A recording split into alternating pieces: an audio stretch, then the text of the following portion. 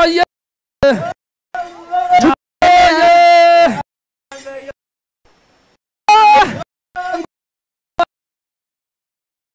Ya voy ore. Amor oye. Oye. Ya voy tagambe. Amor oye. Ay tiene. Amor oye. Baya. Amor oye. Tu ruega tu mae. Ruega tu ye mo tu mae anjo gue ye tu mae akora ya kane na ruanie age na mero Age na ko. age irawi Age na ko. ye mo Speaker wetu Meru County mo tu mae Ai na ko. nari Honorable mawaziri wetu pia wamefika. Karibu na mawaziri nari na na MC gue na County Assembly Meru. Honorable Ayub Bundi pia amefika. Karibu sana. ye nenjo e arinda Mawaziri karibuni. ye e arinda ye e arinda ye e arinda Kume. ye Mejoria. e arinda Inde bakae. ye My DJ, my DJ.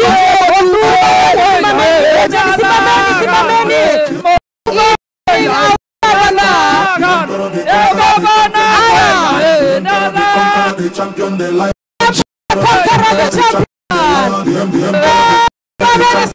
wananchi wetu, karibu sana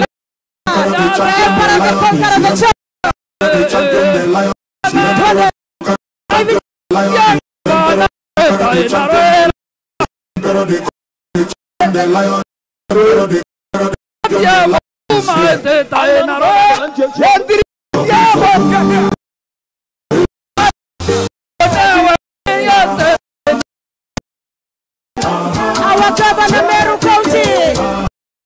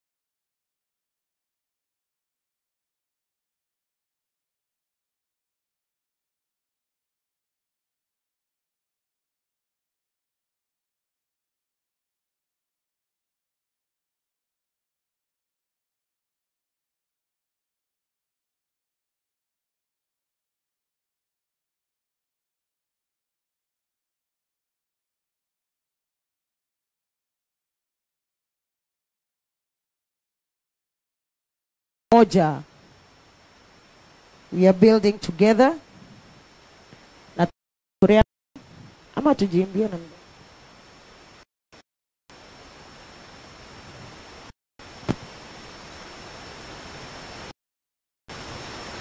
tuimbe the national anthem. Mungu nguvu zetu kwetu, haki wengao na mlinzi, atuka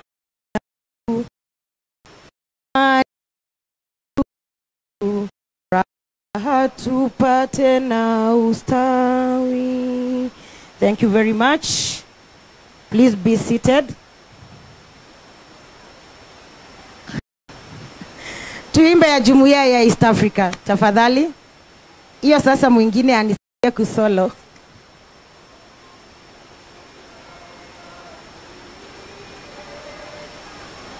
Tafadhali tusimame tuimbe wimbo wa Jumuiya ya Afrika Mashariki.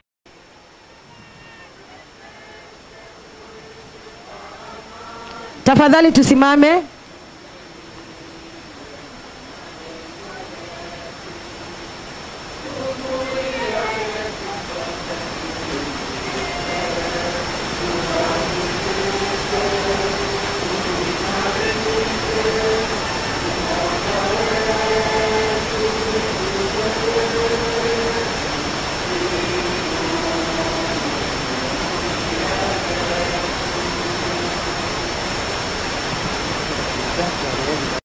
Asanteni sana.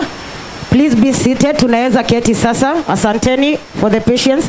Wenye wale kwa entrance, kama unaweza pata mahali ujifike, itakuwa poa. Kuna viti maybe mahali huko nyuma, sijui kama tuko na ushers. Tuweze kukaa chini ndio niweze kuita Reverend Jack atuongoze kwa maombi. Tuweze kutulia tafadhali. Reverend Jack.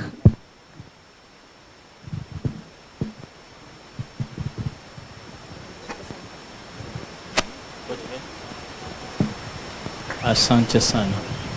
Mustahiki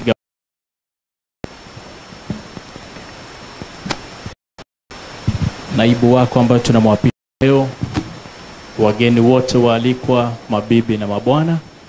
Ningependa niwaalike sasa kwa kipindi kifupi cha maombi ambayo yataongozwa na watu watatu.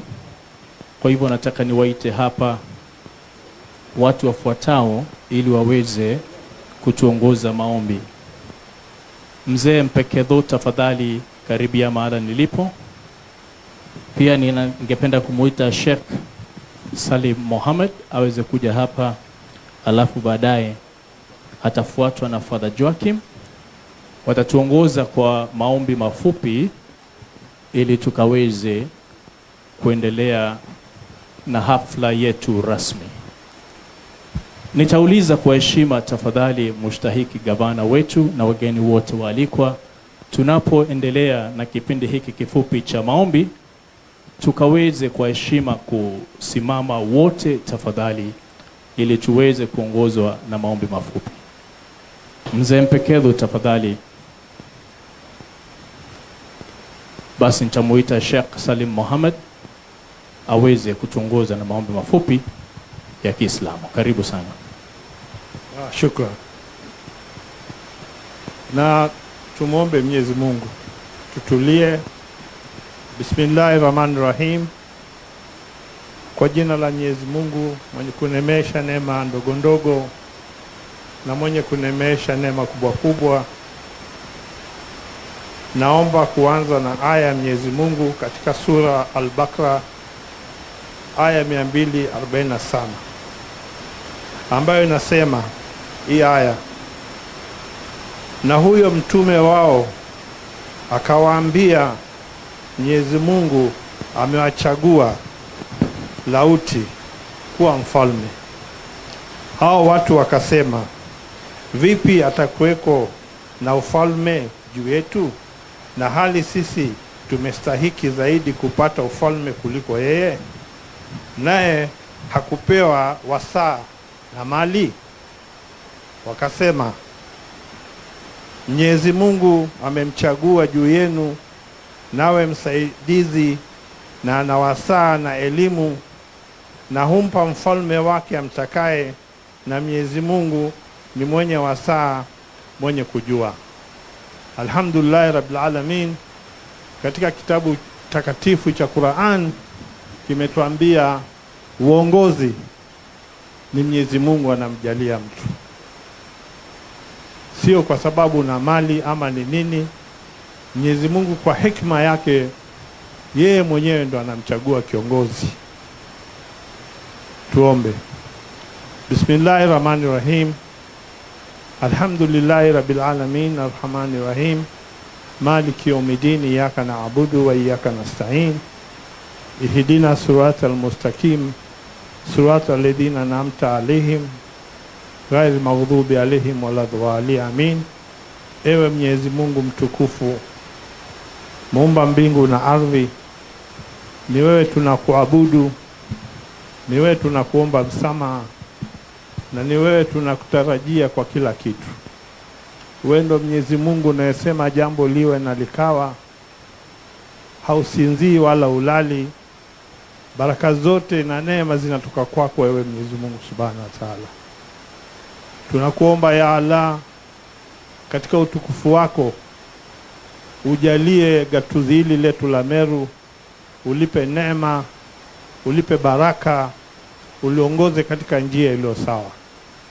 Na maksusan tunakuomba ya Allah, umetujalia kutupa viongozi wetu, umetujalia ukatupa gavana mpya katika gatuzi hili, na leo tuko hapa kushuhudia katika utukufu wako na majaliwa yako kuapishwa kwa gavana mdogo wa gatuzi hili. Ya Allah Mwenyezi Mungu, tunakuomba uwajalie viongozi hawa neema yako, wape nguvu na elimu na busara na hekima, wape afya na nguvu, uwajalie wapendwe na watu na wao wapende watu hao, uwajalie wenye huruma, wenye kuhurumia wanyonge na wadogo na kina mama. Ya Allah Mwenyezi Mungu, wape akili na busara ya kuongoza gatuzi hili katika njia iliyo sawa, ambayo itatuletea imani na maendeleo kwa watu wote na kuondoa ubaguzi. Tunakushukuru kwa siku ya leo, ni siku tukufu. Leo ni siku ya Ijumaa, na bila shaka Mwenyezi Mungu Subhanahu wa Ta'ala utatukubalia dua letu. Walhamdulillahi Rabbil Alamin. Neema na amani zimshukie Bwana wetu Muhammad sallallahu alaihi wasallam. Amin.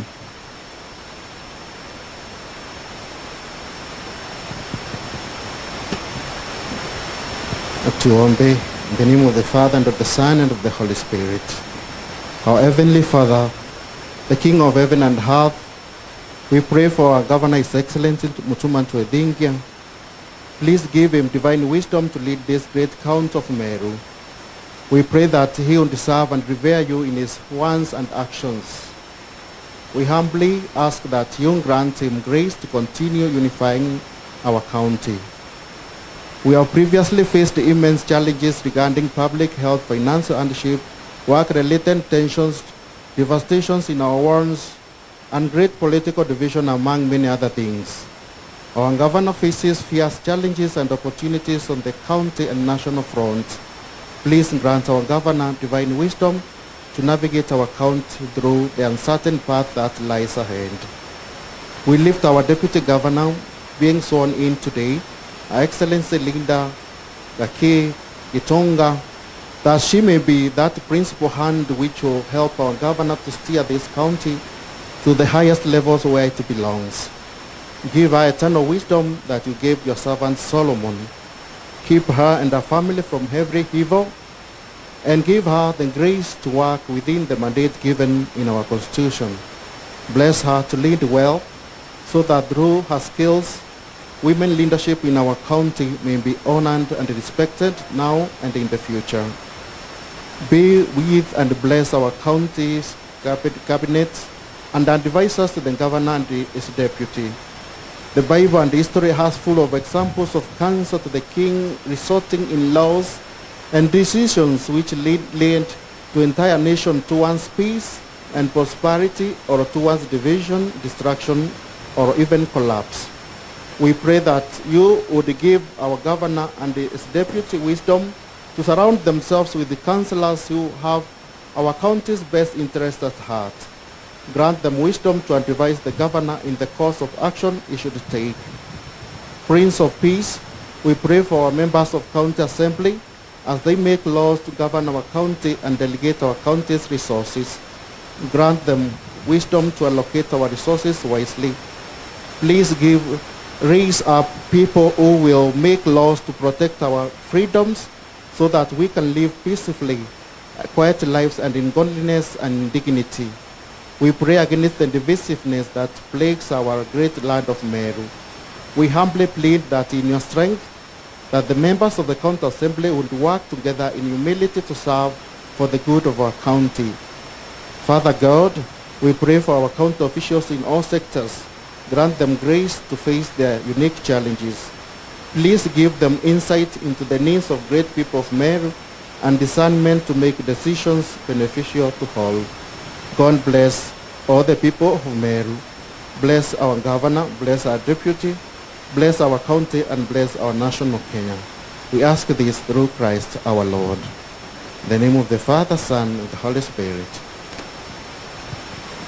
Asante sana, tauliza tuweze kukaa zote. Asante. Mstahiki gavana wetu na wageni wote waalikwa. Sasa tunaingia kipindi muhimu sana cha kualika mahakama yetu kuweza kuendelea na shughuli iliyo mbele yetu, na kufanya hivyo tafadhali kwa heshima ningependa nimuite Chief of Staff ili aweze kualika mahakama zetu ziweze kuendelea na shughuli ya kumwapisha naibu gavana mteule kwa shughuli ambayo iko mbele yetu. Karibu sana COS.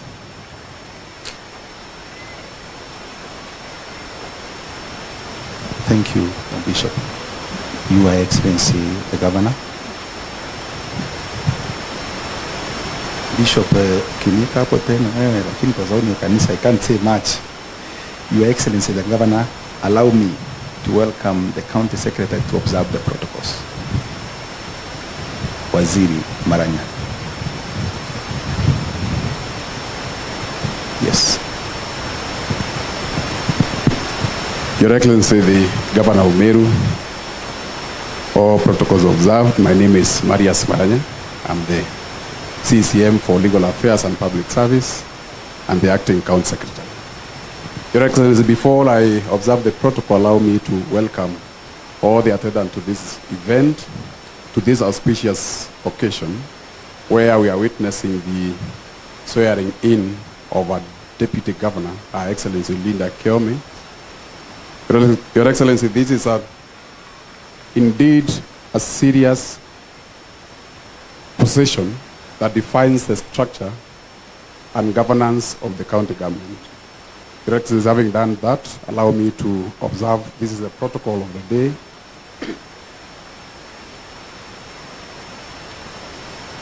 And let me acknowledge the presence of Your Excellency, the Governor, His Excellency, Reverend Isaac Mutuma Toedingia. Please, if I mention, we can kindly clap for the position that I will be mentioning. We start with His Excellency, the Governor of Meru. Can clap. May I acknowledge the presence of the First Lady. May I also acknowledge the presence of the Deputy Governor Designate. We have among our ministers the second gentleman. We have fraternity from the judiciary led by the presiding judge, Justice Stephen Gidenji. We have the former governor of Meru, Your Excellency Kiraito Murongi. We have a number of members of parliament We include the Member of Parliament for Bore and the Chairman of the Caucus of Members of Parliament, Honorable Redi Kiri.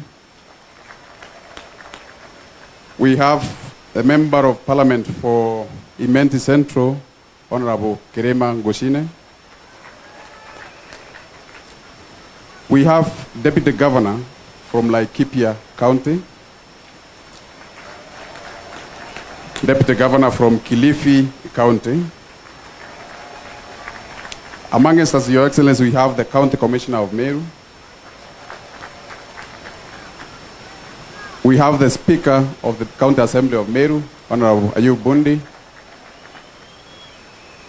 We have a couple of MCAs, all the MCAs of Meru County Assembly. Kindly acknowledge their presence.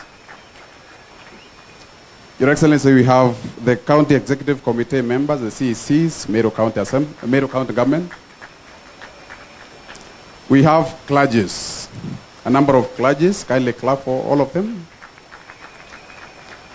And we also have colleagues to Her Excellency the Governor in the Legal Fraternity, members of the Mount Kenya Law Society. Kindly clap for them. Your Excellency, having set the protocol, sorry.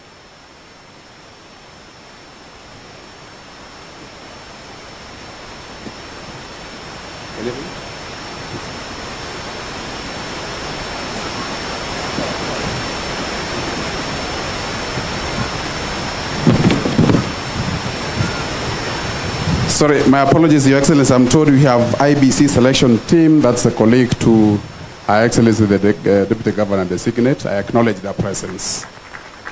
Having done that, I wish to give the mic to the judiciary so that they proceed with the next step of swearing in.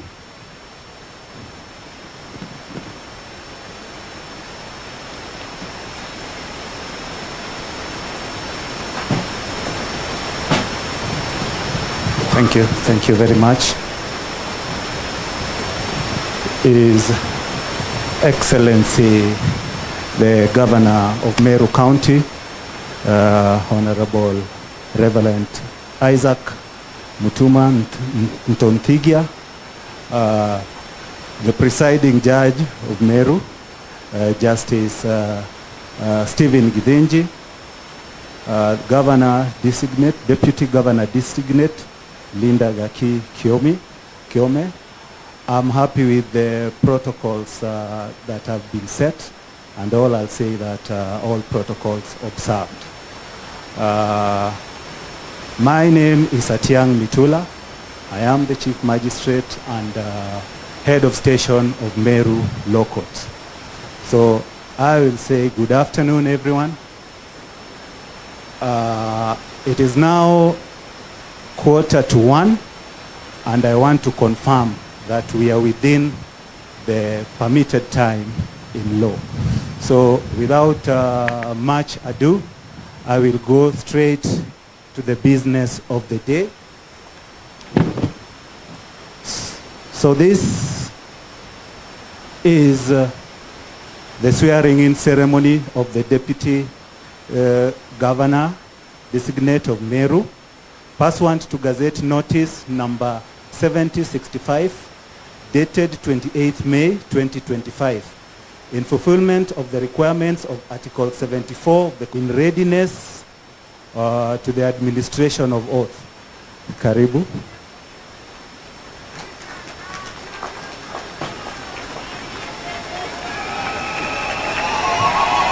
I call upon the judge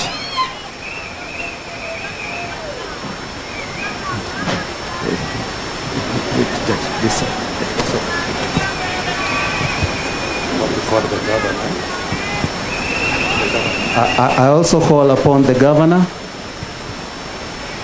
to come and witness. Governor, karibu.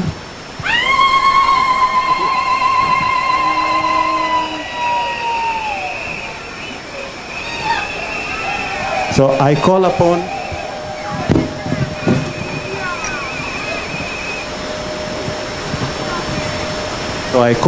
the judge to go ahead and invite the Deputy Governor Designate to take the oath.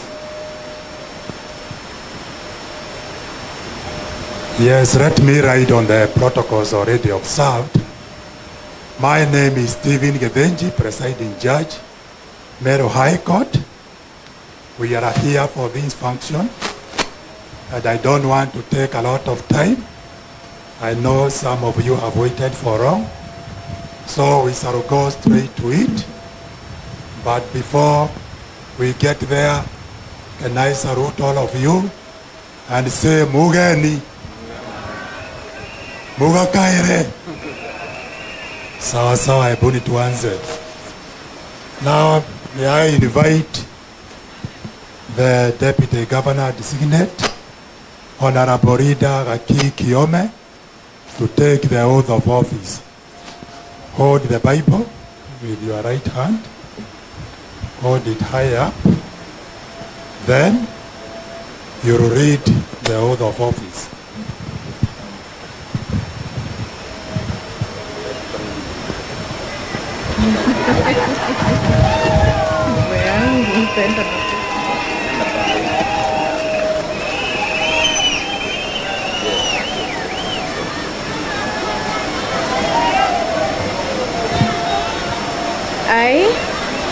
I, Linda Gaki Kiome, do swear that I shall always truly and diligently serve the people and the Republic of Kenya in the office of the Deputy Governor of Meru County, that I shall diligently discharge my duties and perform my functions in the said office, and that I will do justice to all in accordance with the Constitution and the laws of Kenya without fear, favor, affection, or ill will.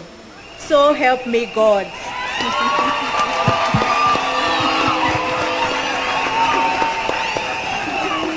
Okay, thank you very much. Now I call upon the judge and the governor designate to take their seats and sign the oath.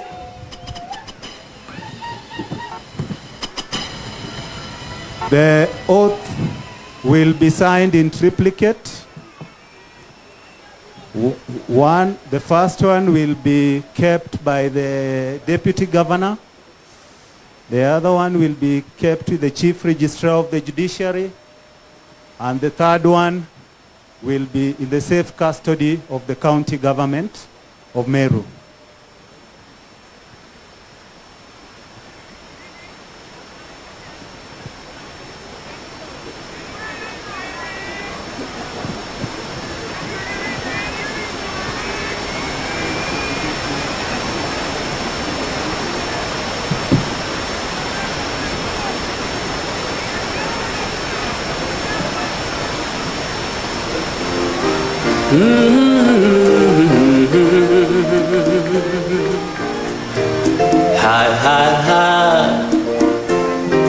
Tumeona mkono wake Bwana. Signing the oath. Mengi mazuri tumeyaona, Mungu umetenda, ni kweli wewe muweza. Ulitamka vitu vikawa, neno tulatosha, ukisema umetenda.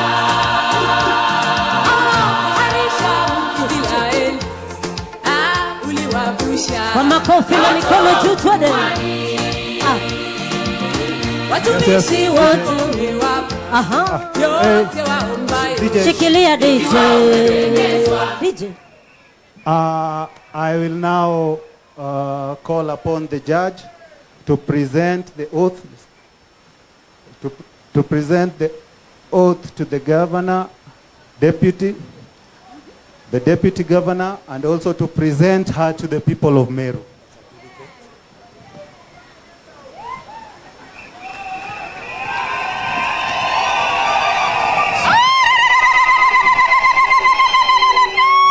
So the judge will now present the oath to the deputy governor for her safe custody. Sure.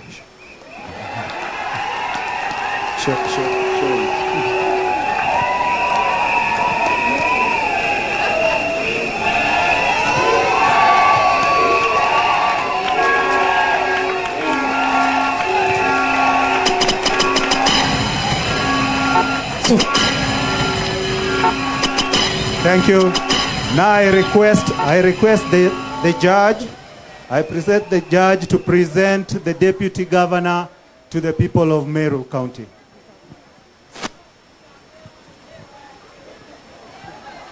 Yes,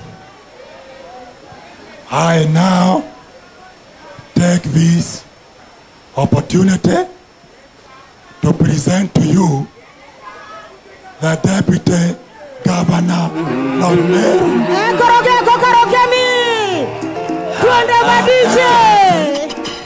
Deputy Governor Rita Aki Getonga.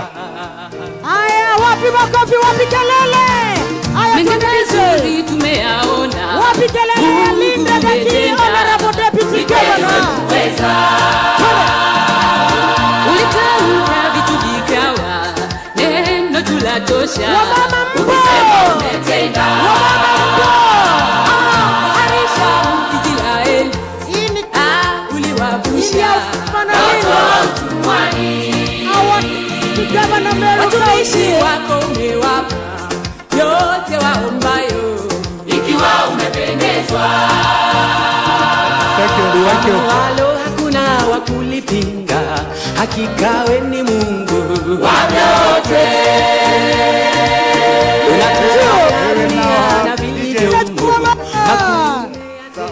We will now have a brief photo session. We will have a brief. We'll have a brief. Judge. We will have a brief photo session. The judge and the deputy governor.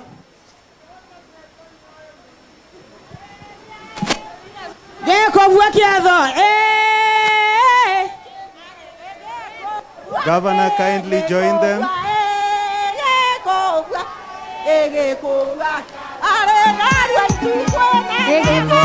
First lady, kindly join them.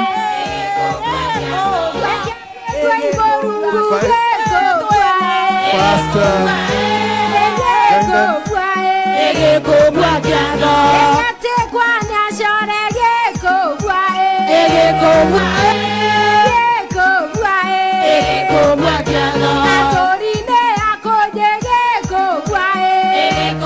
thank you. The deputy governors who are here. The deputy governors who are here, you can join. The DR.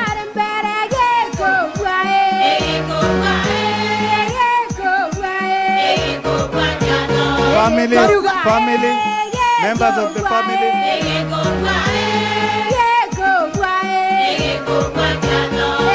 Members of the family, kindly.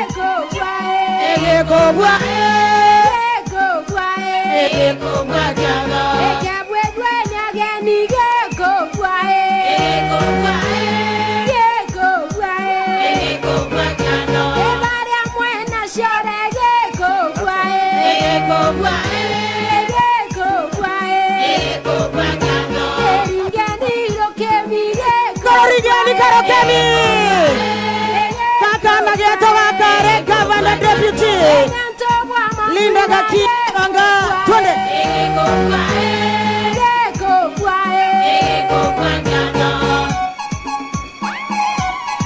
So thank you. Twende hapa wamama. Side by side. Toroyo kerieni aja reko tote. Thank you very much for the photos. Thank you. You may take your seats. You may take your seats. Wamama na Linda mpo. Wamama mpo. Haya twende. Hapa. Makofi side. Thank you. More photos will be taken as the function proceeds. So thank you so much.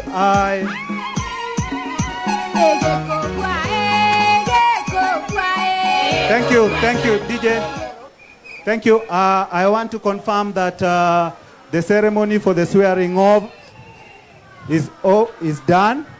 And it's now 5 minutes to 1 o'clock. I hand over the mic back. Kindly take your seats. I hand over back the mic to the MC to continue with the program. Yes. Thank you very much. Ruimbo Rutiura, asante sana.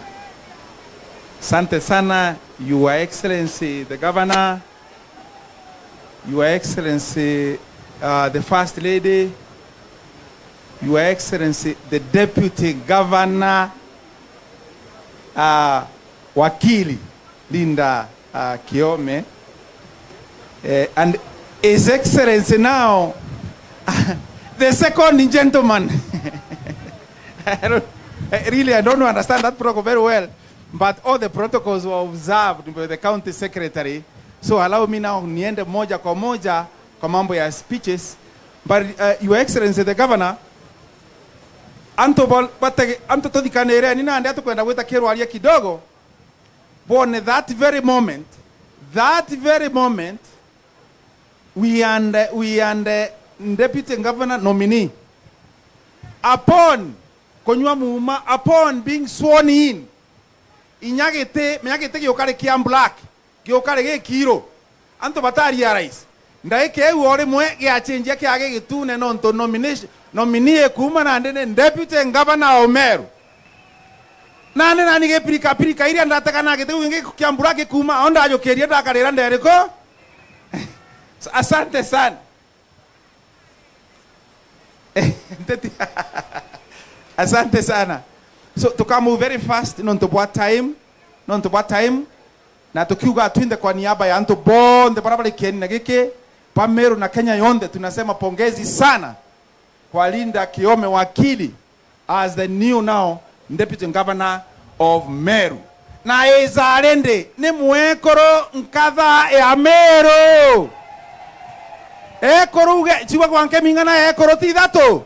Rwambere. Rwaijere. Rwaidato.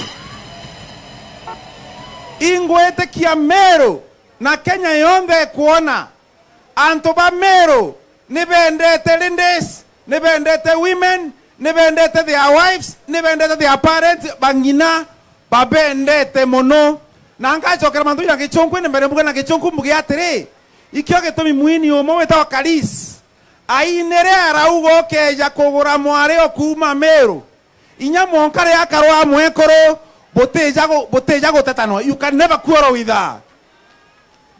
Lakini okeja kwethira ore mwekoro Meru kwatwe kana gote wetani na metre Meru irio omba kothogania antu ba Meru bate okwenda inde igworegere go cienda mbere kwau ekoro ba Meru itobendete na inko na Bishop Imoro na ba Bishop bure mara bakethio bagetekaneria nabu na rende sponsor Meru itobendete kana ate Meru. So sisi as Meru ile story imekuwa every other time mambo ya Meru chauvinism. It does not exist in our dictionaries in Meru. It doesn't at all. And that's why I'm telling the country today, as the Chief of Staff of Meru, duly appointed by the fourth Governor of Meru, Reverend Motumanto Idinkia, that we recognize and respect the women of Meru across board. Wapi kofi ya mama? However, if you are a woman and you become a disgruntled woman, you cannot work with the others. The people of Meru will then watakukasifu. Kwa hivyo mimi nasema ya kwamba tukiendelea na speeches kwamba watu wa Meru tunapendana, watu wa Meru wanapenda bibi zao, watu wa Meru wanapenda the children, wasichana na wavulana pia na wanapenda wazazi wao. That's why even here in Imenti North, the Deputy County Commissioner is Alindi na tunampenda sana, hata yasimame na muona pale ameogopa kusimama kwa sababu ya County Commissioner, lakini tunawapenda sana. So thank you so much. I want to go straight to the speeches ya siku ndio tuweze kwenda vizuri. Tumekutambua mama, ainuka tu, let the country see. Deputy County Commissioner Omeru Inkomea, it is the County Commissioner who has the powers to do that. by honest saying it is important I recognize her. She is a lady, she is a woman, she is the deputy county commissioner in Imenti North, na pia alitumikia hata ile administration iliyopita, na nontu bakwethera nkoro eri ndongi yawe ikio kuona akinuranora ukeja kwethera nkoro ethuki utinora buru yabange bakurukira. Asante sisi tekwenda tonya ndeu mono turenda kwetha na spindi reri mami njabu nyaketha nkuga speeches tuketa na haraka. Wale wanakuja kuongea hata kama nimesema speeches tutaenda kwa haraka, musienda na spindi ya 1000. Hapana, uketa na spindi kabati kudhuka, just go with manageable speed so that all can be well. Right away I want to kuita Mheshimiwa Florence Kajuju aseme machache, dakika ni 2 minutes. Mheshimiwa.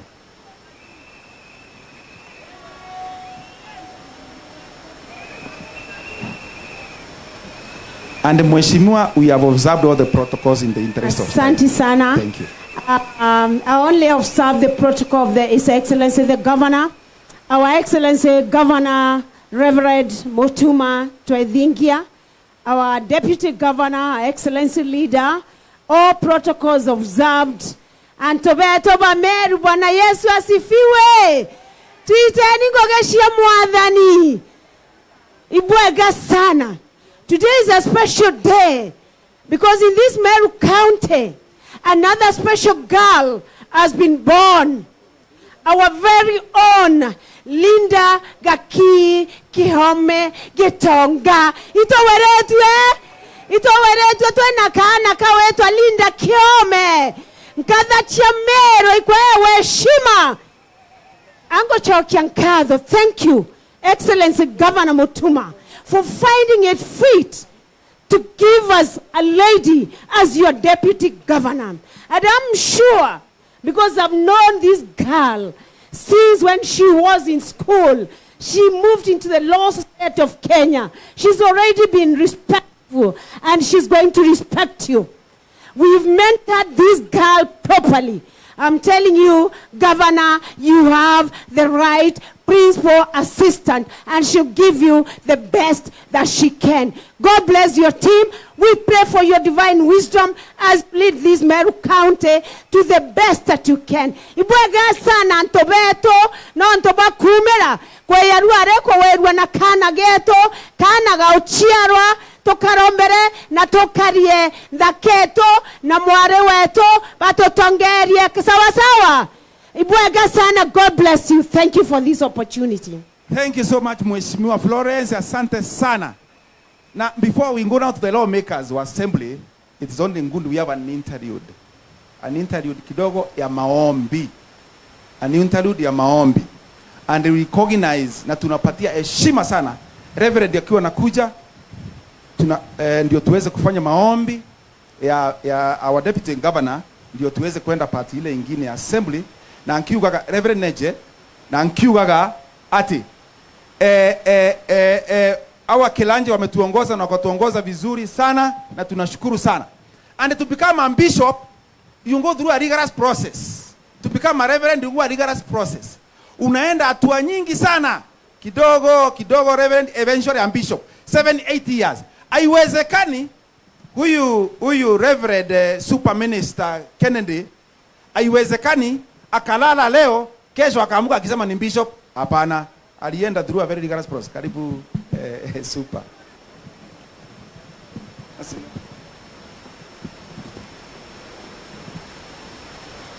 Asante sana. My name is Reverend Kenneth Riungu. I serve with the Methodist Church in Kenya. I am a Supreme Minister Chabweni Circuits and I am a spiritual leader of Kiome's family. I want us to hear the word. The word of God from the book of Mark, chapter 10, verse 42 to 45. And Jesus called them to him and said to them, you know that those who are considered rulers of the Gentiles lord it over them, and their great ones exercise authority over them. But it shall not be so among you. But whoever would be great among you must be a servant. And whoever would be a first among you must be slave of all. For even the Son of Man came not to be served, but to serve, and to give his life as a ransom for many. And that is the word of God to us today. Father, we thank you. We worship you, Lord, for this time and moment that you have given us, God, to come and listen to you. We have read your word, and as I minister your word to your people this afternoon, may the words of my mouth and the meditation of our heart be praising your sight. In Jesus' name we pray. Amen.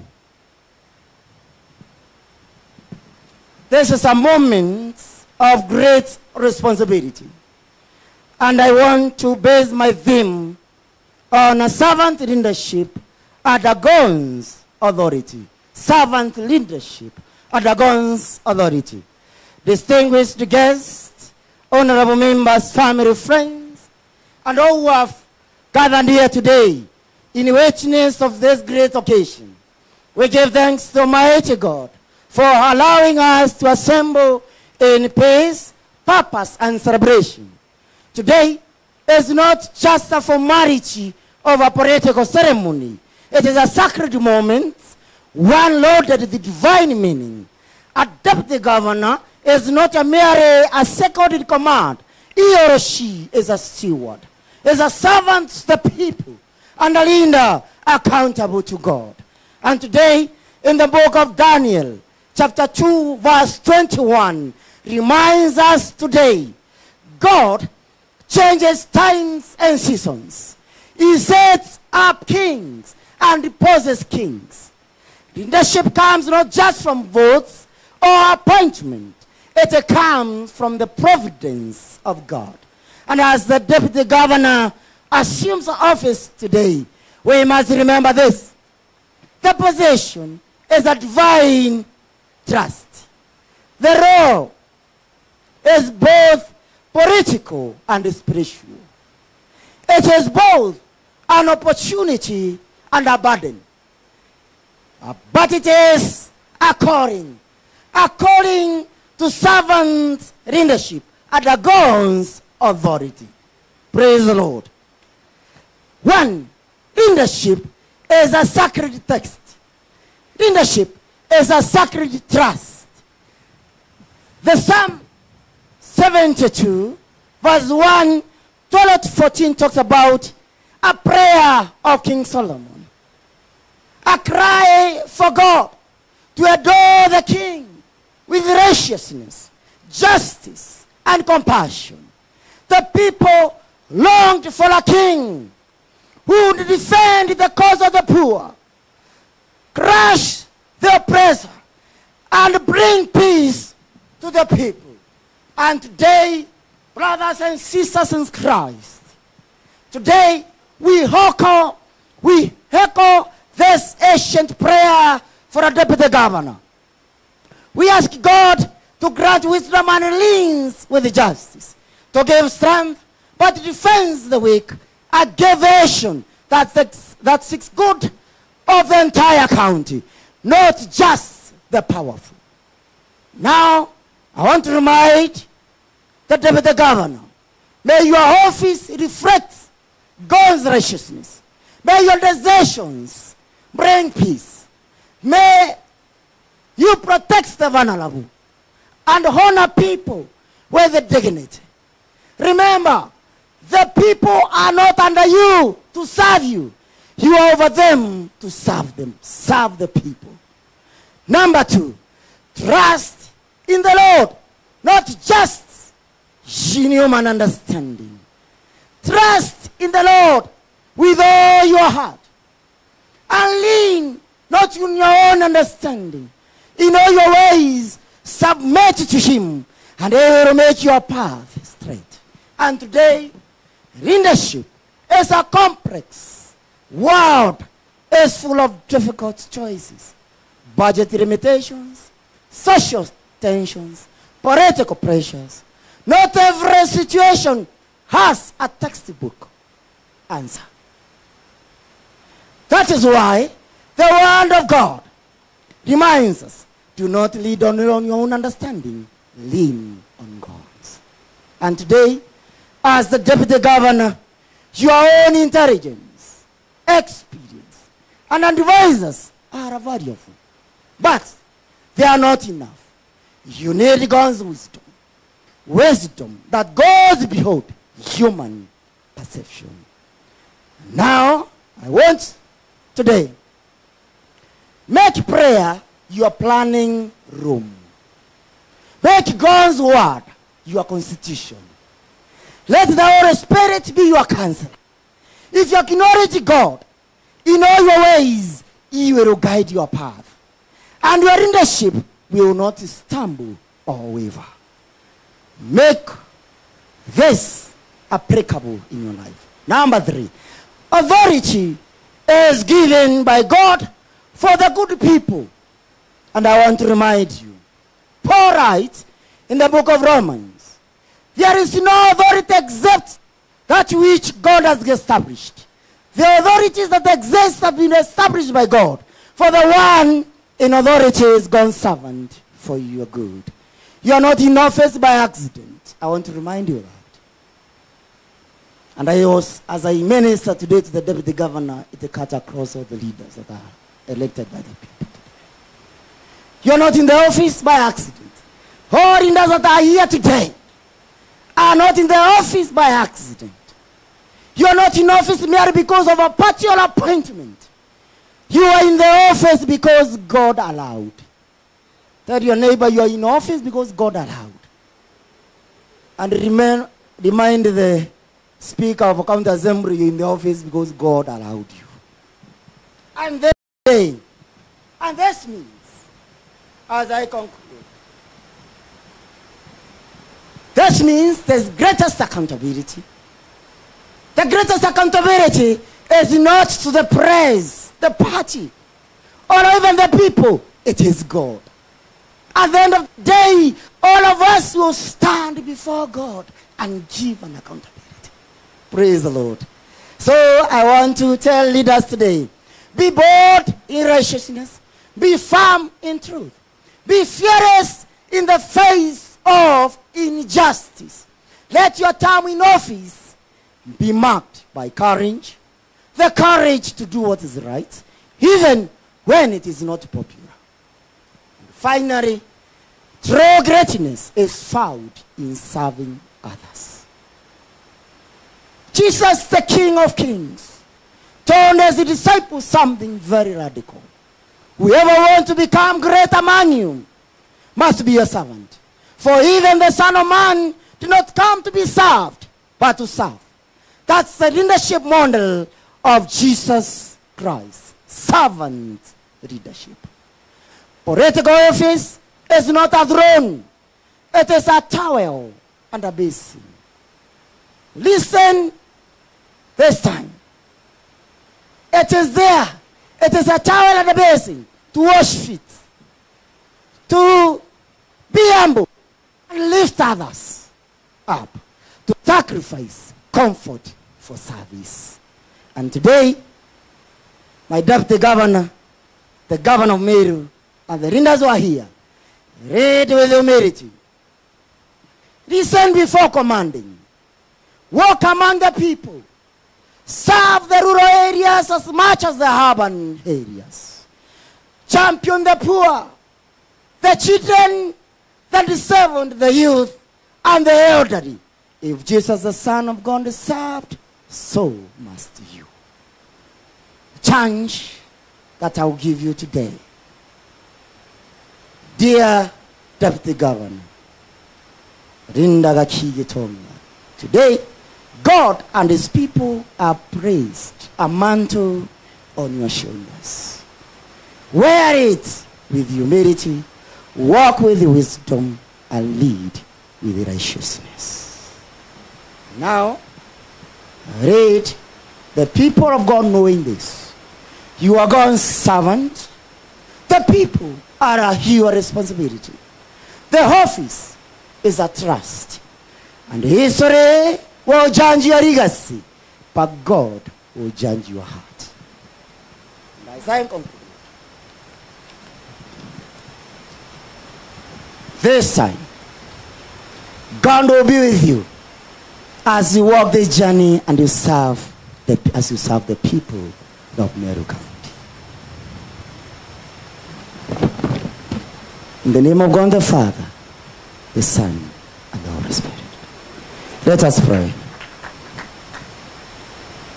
Almighty God, we thank you for your servant. Oh, today assumes the law of Deputy Governor.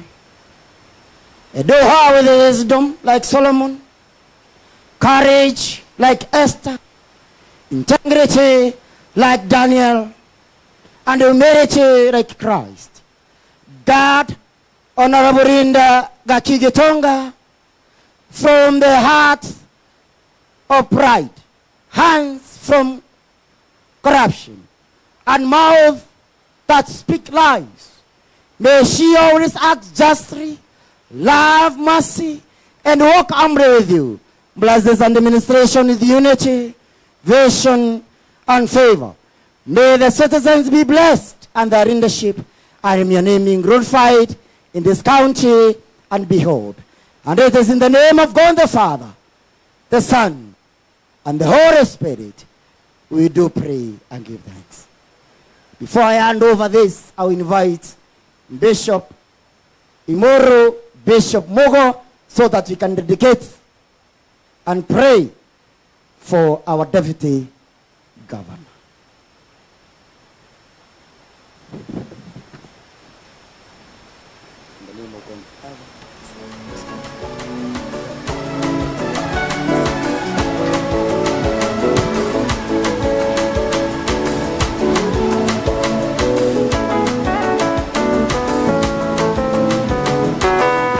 Okay, Bwana asifiwe. Your Excellency the Governor and the Deputy Governor of Meru and all protocol plays observed. Hii ni wakati mwingine muhimu. We want to respect our daughter request ya kwamba kuombewa na dedicated to God is something very powerful. It's saying I can't do it without the power of God. So this is what we want to do, all of us, people who are here, and it is going to be done by the clergy, wale ambaye tuko, na kwa hivyo ningeita dada yetu Irene, you bring the cushion, kwa sababu tunataka kuwaombea, na ili, kwa sababu Meru, you know, the governor and our deputy governor of your government, you are the hope of Meru, to restore the glory of Meru. It is not by your power, nor by your might, but by the Spirit of God. Kwa hivyo, kindly I'm going to request the Deputy Governor and your spouse, and also our Governor, because he is on our side, also will join us as we do this. And as I also want to ask the bishops who are there, please, because of the space here, bishops only, you can just come here and support us as we do this. Bishops wale tuko, tukuje, including our patron, baba yetu, na wale bishops wale tuko na wao, they can come. Bishop naona ni wachache, bishop tunaweza kuja hapa. All other ministers, sorry, all other ministers, please, you can come here. Tutapewa nafasi kidogo tufanye, kwa sababu tunaona wakati vile wanasema si walifanya na sisi wasa tufanye hii ya kiroho dakika moja tu. All ministers hapa, bishops tunaweza simama, so please kindly, and Bishop Mugo,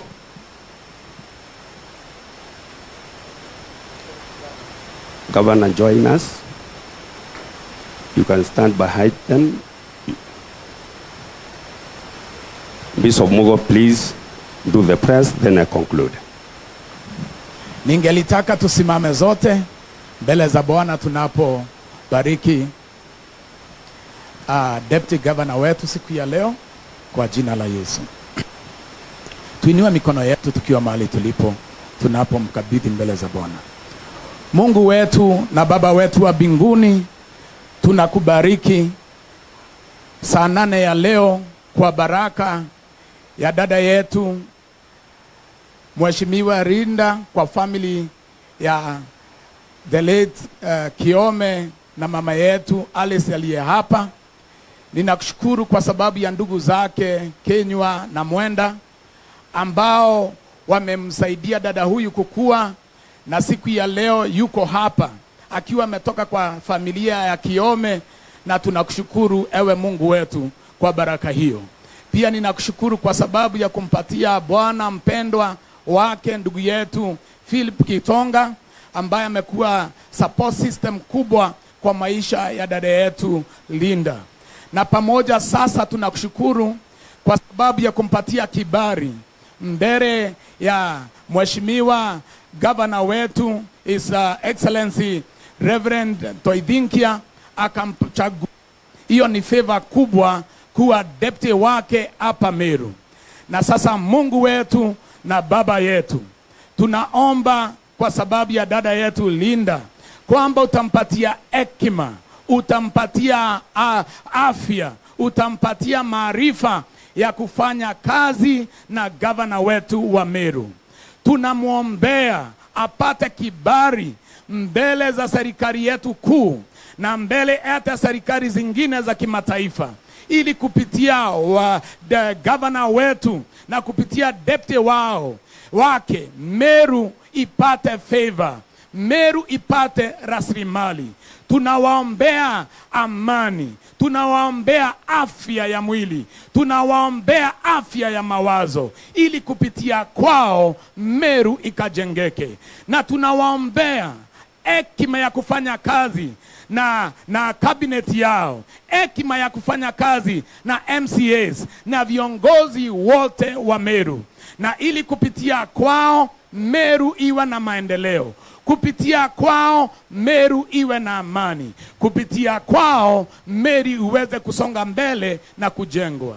Tunamuombea dada yetu Deputy Governor asubuhi ya saa 8 ya leo, umpatie hekima ya kubalance kazi ya siasa, kubalance kazi ya uongozi wa county, kubalance kazi ya familia, ili watoto wake waone mama, bwana yake awe na mke, na kupitia kwake aweze kuset standards za wadada na wake hapa Meru, kwamba unaweza kuwa kiongozi katika county na pia uchunge familia, uchunge community na ujali hata wazazi. Tunambariki na kumwombea hekima katika jina la Mungu Baba na Mwana na Roho Mtakatifu. Amen. Asanteni sana. We can now rise them as they go to serve. Ladies and gentlemen, thank you. God in heaven has witnessed that they recognize God na wanamtambua Mungu. Kwa hivyo Meru is back to its glory once again. Tupigieni Yesu makofi as they take their seats. Thank you and congratulations. Thank you very much. Basi tupigieni Kilanje makofi wanapochukua viti vyao. Thank you. We may be seated, all of us. Thank you very much. Tunaweza keti kila mmoja wetu. Asante sana dedikiri. Bwana Yesu asifiwe. Bwana asifiwe. Nkima ilio. Together nieni. Bwana asifiwe. Katele kala botu girianjara yo girinjara buinde buwereruwe kia doke loy. Hallelujah. I will not have done good if I sit having not said this, Your Excellency. Ya kwamba the current government of Meru ile hiko si serikali ya kuwekwa na mtu, ni Mungu ameweka. Na huyo Mungu ataendelea kusikilia, kwa sababu kile Mungu ameinua yeye ndiye ataendelea, ama kazi yoyote ambaye Mungu ameanza ni lazima ataiendeleza. Na kwa hivyo ninashukuru Mungu kwa sababu hiyo, na nataka before niketi nitambue our current county assembly of Meru kwa kuwa wazalendo na kusikia sauti ya Mungu na kusimama bila kuwa na tamaa, mukapigania haki ya watu wa Meru, ili wa Meru wapate maendeleo, wa Meru wapate amani, na Meru iwe vile inaendelea kwa hivi sasa. If it were not hawa watoto wetu ama hawa vijana wetu ama hawa wabunge wetu wa county ya Meru, hatungekuwa hapa siku ya leo. Mnataka tuwapigie makofi jameni?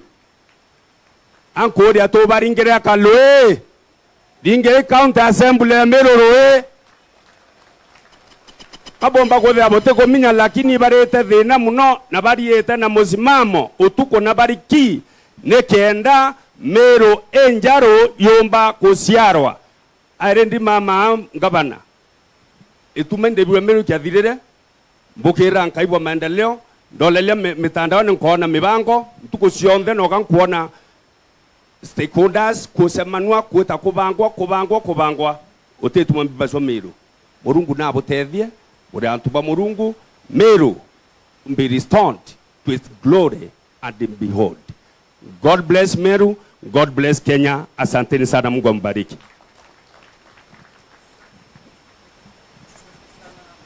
Imoro, asante sana Bishop Imoro nalingalingiro rweka ere naito tambua lordship the bishops bonde bale aja uju super ministers, pastors, entire clergy, na kama pia kuna apostles tunawatambua kabisa. Na thank you so much. Na yato kuthikirite maromba na super minister akurombithagia nduragie mukai nombo kinyira mu auga katari ndikiri cha lakini nteregwa akiugo asante sana manto no mainge gwe.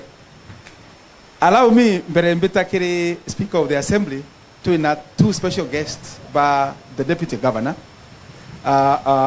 Deputy governor alitangite ngoginara kwa UDA, and we have Honorable Nicodemus Bore, UDA executive director. Please just come and say hi for 2 minutes please. Executive director please. Nawatambua ni rafiki wa mchore wa deputy governor Linda na balitete nwengo ginara ule akiamene kwa atumini rais kuga jambo. And I've observed for you all the protocols.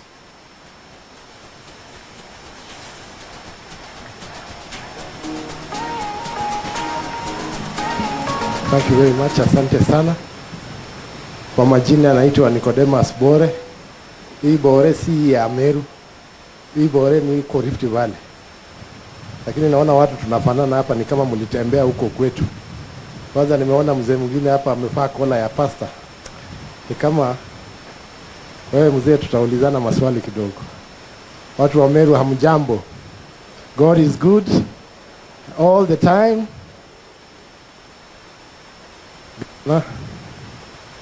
And Deputy Governor, I even don't know how to call you now because I'm confused. Because the other day we were just here with you, but now nimeona umeletewa kitu hata getonga. Sasa tuta operate namna gani? But on behalf of UDA party, we are very proud that Linda, you have now sat in the glorious seat of the Deputy Governor. Hii ni vile pastor amesema Mungu alikuwa amepanga. Kwa sababu Linda alisimama kama deputy, running mate wa Linturi. Wakapambana, kura hazikuja. Lakini hivi Mungu alikuwa amepanga. Akafanya hesabu yake through county assembly. Governor akatoka, deputy governor akapanda, Linda akaingia mahali Mungu alikuwa amempangia. Si hii ni Mungu, hii maneno ya Mungu. So tupigie Mungu makofi. Ya pili, governor, umepata mfanyakazi. Huyu, she's 100% supporter.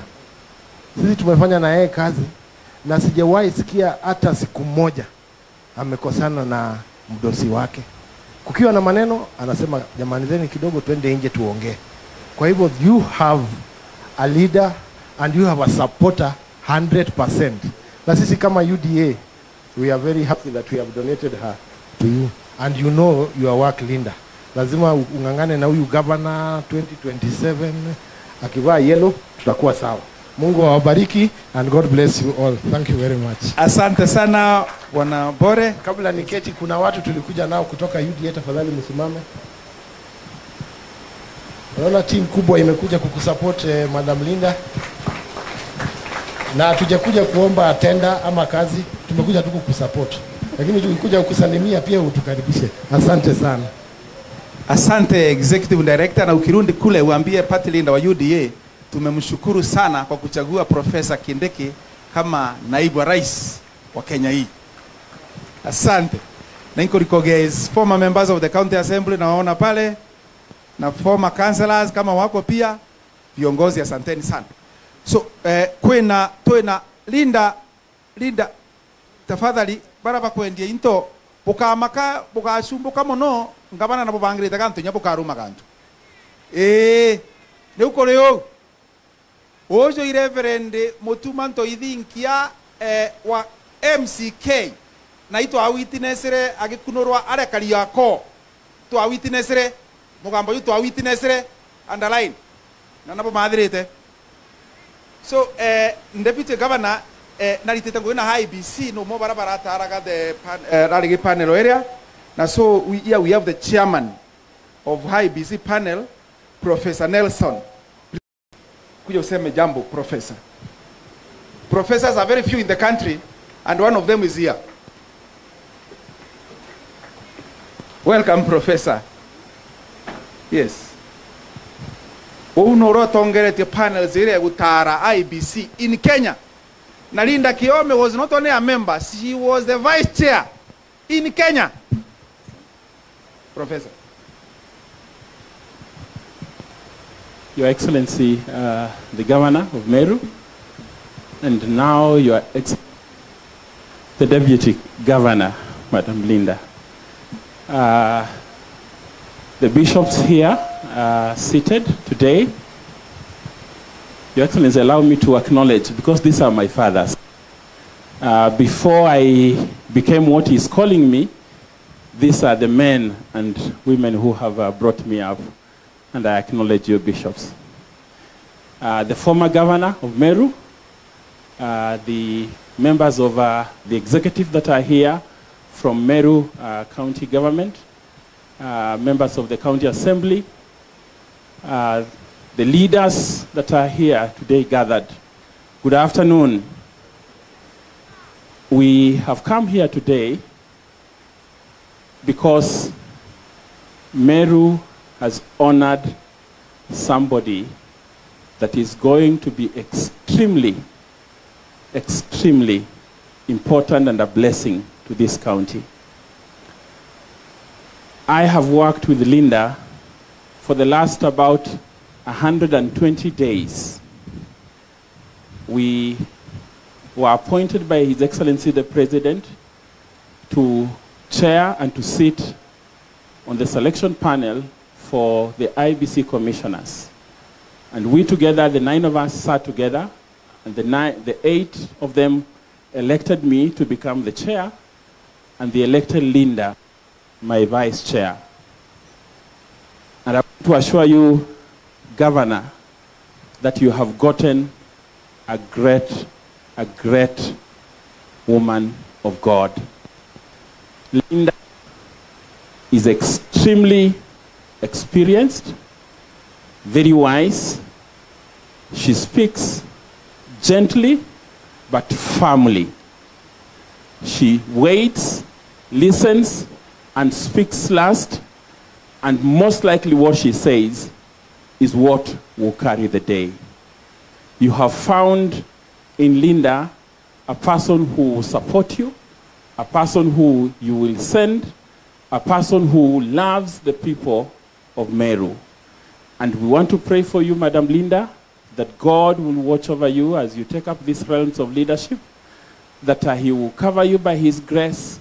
He will increase, by the prayers that have been made here, He increase His wisdom on you, that as you serve the people of Meru, that this county will grow higher and higher, but much more, that the Lord will do His will through you for the people of this great county of Meru. So on behalf of my colleagues, and here today, I have two of them. They want to stand, please. Please just stand up. Bwana Nicodemus Bore, who has been here. Antanui Andrew Kikoech, who is here. The three of us, together with others, send our greetings to you and send the message of goodwill to you. Just know that we have become members of the same family. We will support you. We will walk with you. And the Lord's grace is upon you. Thank you very much. Blessings. Thank you very much, Professor. The Honorable Speaker of the County Assembly, I just ask the Cabinet here and Governor just to stand and wave, please. The mawaziri ya serikali yetu ya County ya Meru. Asante sana. Governor, wakuja hapa mbele tafadhali. Governor amesema is only good that they come here. Au mono au sana yeni maranyenya wako ibango. Asante sana kenda buga bagu malieto bobongwa. I think is only good that way. Yes. Yes. Okay. Okay. Then from that side.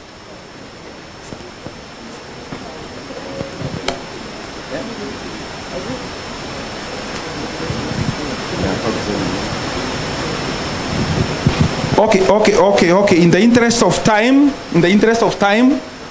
urembere rutere ruria etagwa Dr. Dennis Mugambi. Ne waziri wetu wa ugima wa mwili. That is held. Asante sana. Ndio. Ne bishop. Next ne Reverend Caro Kaberia, ne waziri wetu wa manto ya trend enterprise development na cooperatives. Na ne Reverend. Asante sana Reverend. Next ne Dr. Rokonga. Ala ugeni kaere. Asante sana nene wetu waziri wetu manto ya kidomo education na arts manto ya bona yokiidwa arts naja no and culture. Next tuena waziri wetu weta Baptista na ne wakili and then nuoturunga merete manto yetu ya ye water and environment manto ya roje na riera no na cheke yuke ndomba kuingana nyari yereta thina to muchedo. Next twena waziri wetu to Monica Kadhono ojo no karagia mbesa cia Meru. Ndio. Asante sana. Next twena David Bario ne waziri wetu aninge Bario botembe cha kwetorete kieni ni agana na ukara abo mba kwethera bogeta goromania kanto kare bendi mutumande kana ne ate Reverend Bwana Bario no minister wetu manto ya roads and transport manto ya njira na ninga ine rakere na narero na tonye ngugine. Next twena waziri Elias Murega sports and youth manto ya michezo na youth na no kuonole kirita ya scout no kana manto ya scout rokere kari scout na manto ya Red Cross na ntato ichionde na uganya na cheza mubira sana yize even na referee. Asante sana waziri wa vijana. Hapa naye ni waziri wetu o manto ya sheria na manto jegi tingoge bonde ba Meru. Na at the same time no county secretary no ronga meta tingoge bonde ba Meru. And more than that, he is a senior counsel. Beta na land and friends. Ndiye keda batu watu akorokerete akwa chukuru kana ate.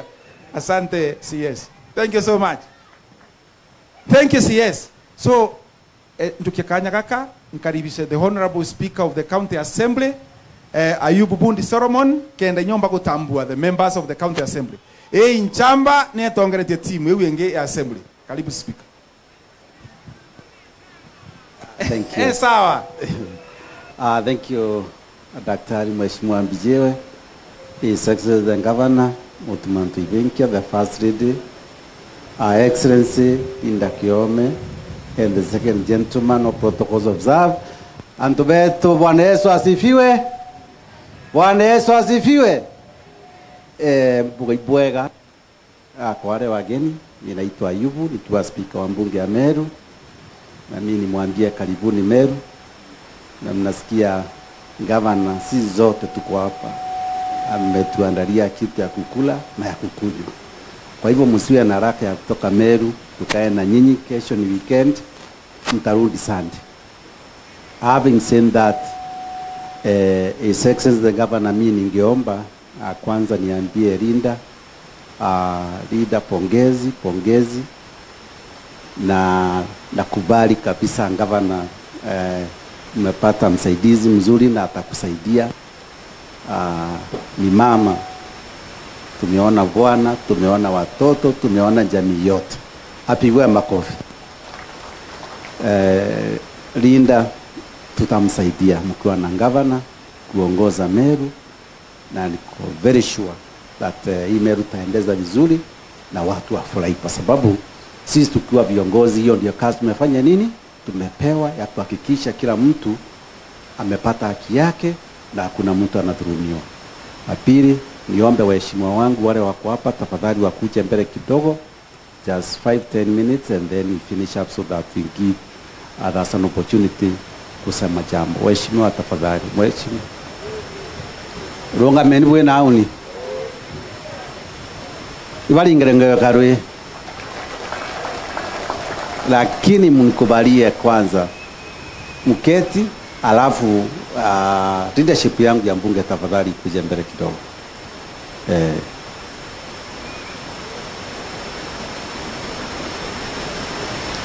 Mheshimiwa DMK, ni kuona uko wapi?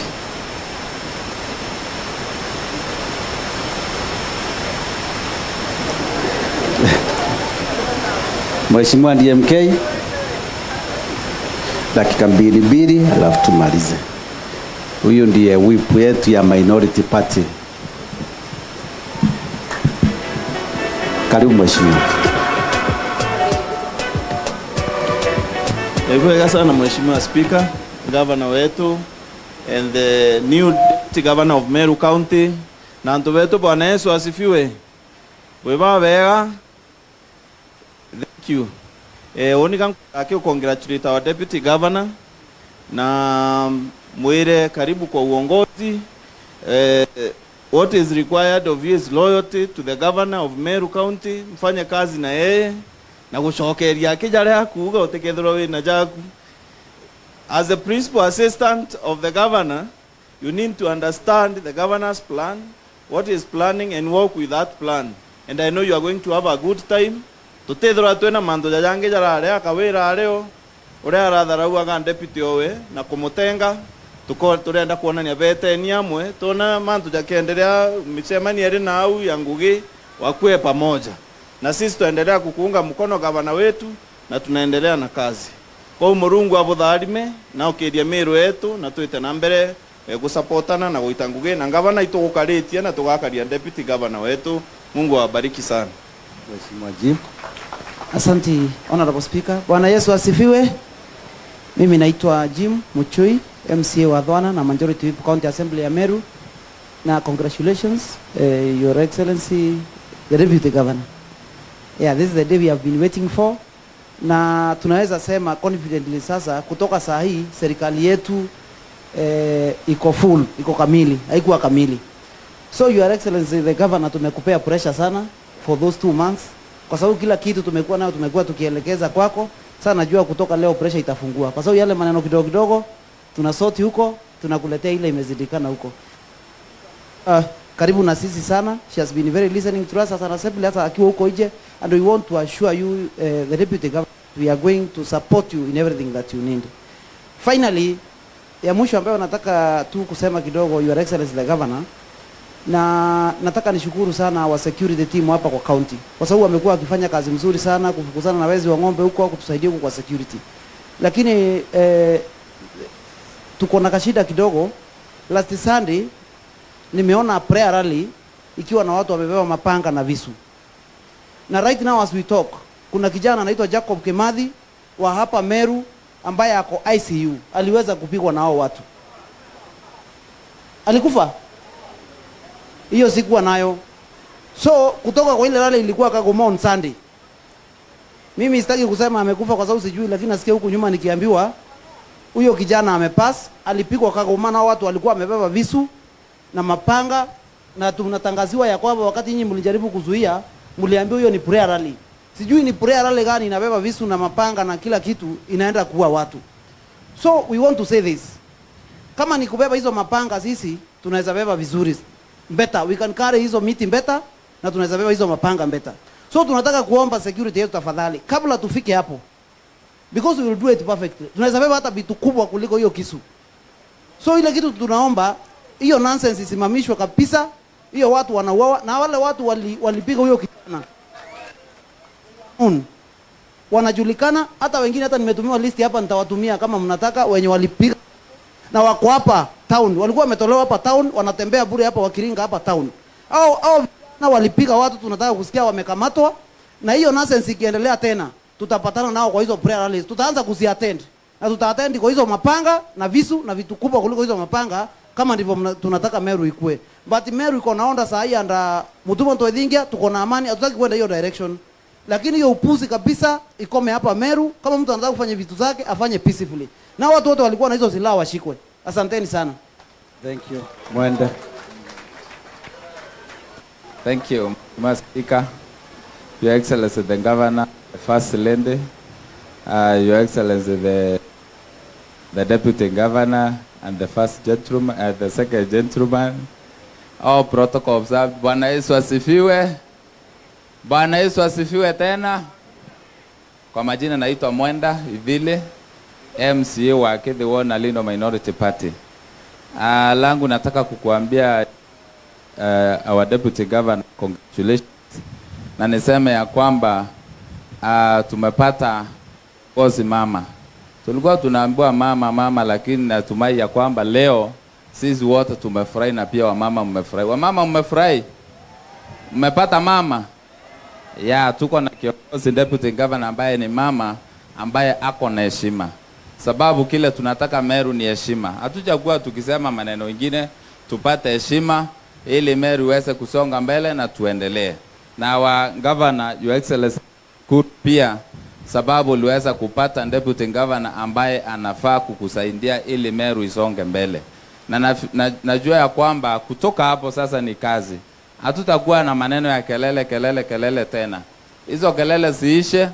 Hata hizo rally ambazo Mheshimiwa Njimu amezemea, sijui ni kina nani huwa anaendanga kuruseni na panga ama mnaenda kuruseni na rungu. So hizo makelele zote ziishe ili Meru tuweze kupata amani. Na sisi the Governor and Deputy Governor kama County Assembly tutakusaidia ili tuweze kuona Meru yetu imesonga mbele na wananchi wetu wameweza kusaidika na kufaidika na hii serikali. Asante sana. Thank you, Majority Leader. Thank you. All protocol start.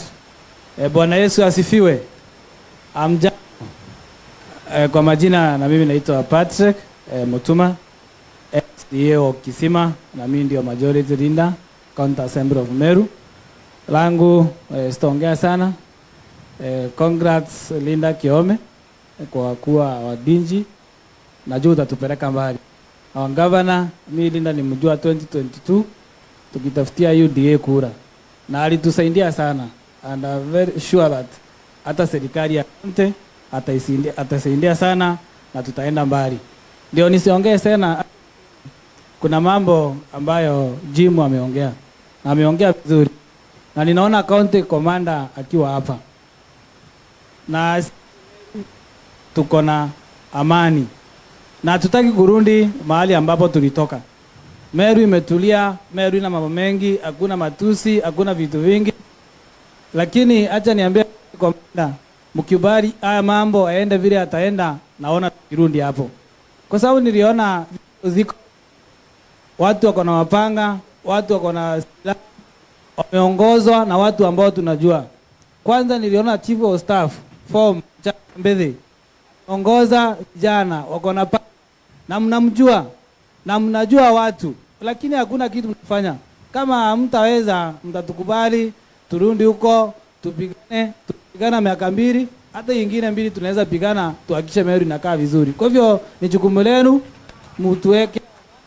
mtuweke pamoja na hatutaki vita. Lakini kizindikana tutarudi huko, sisi ni Maumau, tutapigana na tutaendelea kupigana. Kwa hivyo ni jukumu lenu. Asante, sitaongea kuliko hapo.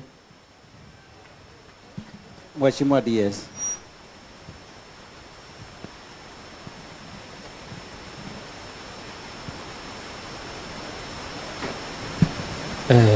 Asante sana Mheshimiwa Speaker. His Excellency the Governor of Meru, Reverend Isaac Mutuma, standing on already established protocol. Bwana Yesu asifiwe. Naibito wa Mwenda Hali, MC wa Jiaward na Deputy Speaker County Assembly ya Meru. Pia nichukue nafasi hii nipongeze naibu wa Governor Meru leader wakili. Tukuambie pongezi na congratulations. His Excellency, serikali sasa inasimama. Sasa tuko na Deputy Governor, tuko na mawaziri. Letu ni kufanya kazi that we may serve the people of Meru. Ile letu tu tunawahakikishia ni kwamba as the County Assembly of Meru will support your administration to achieve and to deliver to the people of Meru. Naomba tuungane tu. Tukuwe na umoja. Sasa hii Meru tunaona inaendelea mzuri. Na hakuna mtu yeyote ata cause havoc in Meru kama tunaangalia. Sisi ni watu wazuri, wangwana. Lakini pale inahitajika tuongee, itabindi tuongee. So security team, as my colleagues have said, kindly take note. What happened on Sunday haikuwa mzuri na kabisa. Pale watu wanatembea Kenya hii, mtu anatembea na mapanga, rungu na kila kitu, haiwezi kubalika. Na leo tumeona akitishana tena kwa Facebook account akisema very soon. So vitu zingine ile inaendelea Meru, His Excellency the Governor and the security team, we need to take note of that. Sababu mtu kukaa akitishana kufanya bokora yake, hiyo hatutakubali. Kama alienda nyumbani aende apumzike huko. Na kama ni maombi, hatuna shinda na maombi. So sisi we support you na congratulations, Her Excellency the Governor of Meru. Asante sana Mheshimiwa Speaker. Thank you. Ngogweta Mheshimiwa.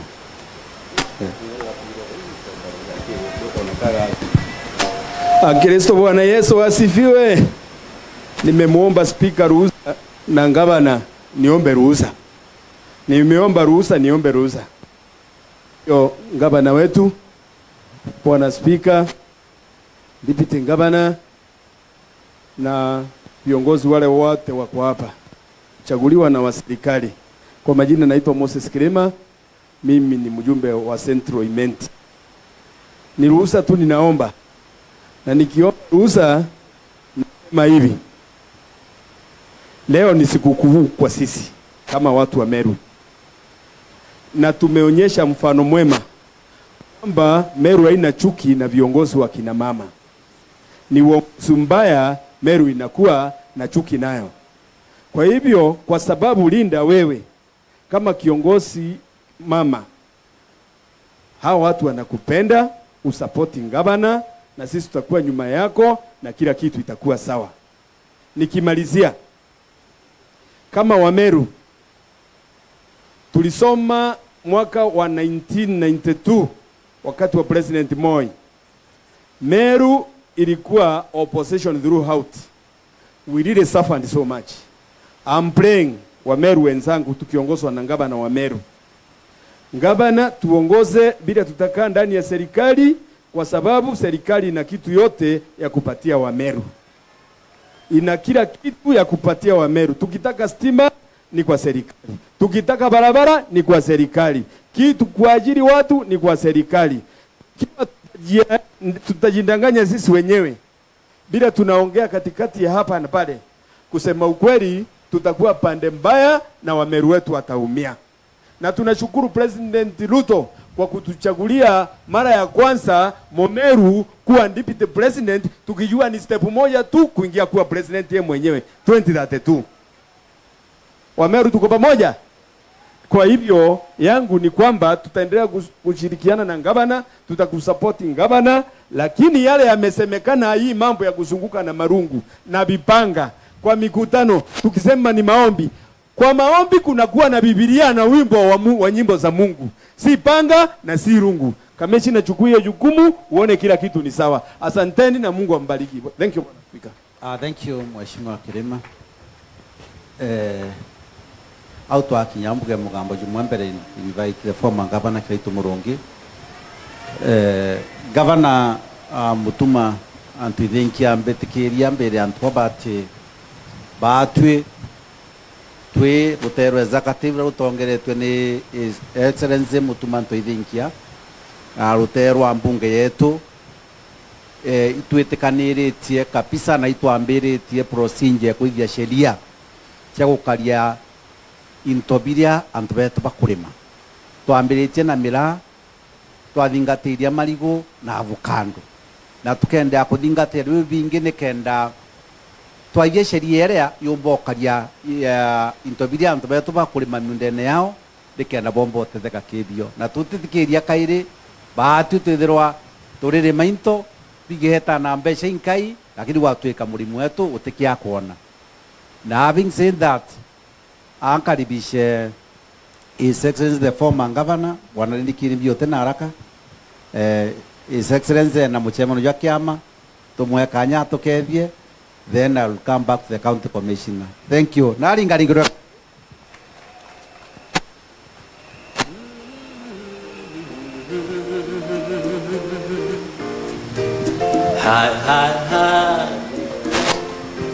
Tumeona mkono wake. Thank you so much. His Excellency Reverend Isaac Mutuma, the Governor of Meru, Excellency First Lady of Meru, and Her Excellency Linda Kiome, the Deputy Governor of Meru, viongozi wote na watu wetu wa Meru mugeni. Bwana asifiwe. Onke vieni guru Bwana asifiwe. Asante sana. Kanda romba kanya. Mbeja na congratulations kidogo. Noto dina musemelo yo ambasi. Niko hapa leo kirasmi kama dereva wa bus. I've come here as a bus driver. Na niko na ujumbe wa chama. Niko na ujumbe wa chama ya bus. Na wameniambia nikifika hapa pongezi ya chama ya bus kwa gavana wa Meru Mheshimiwa Reverend Isaac Mutuma.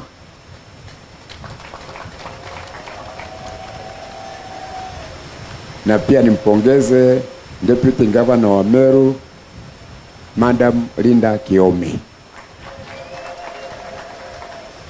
Nafikiri ni Bishop Imuru alisema the glory of Meru has come back. We are also happy that the glory of Meru has come back, led by the Governor of Meru.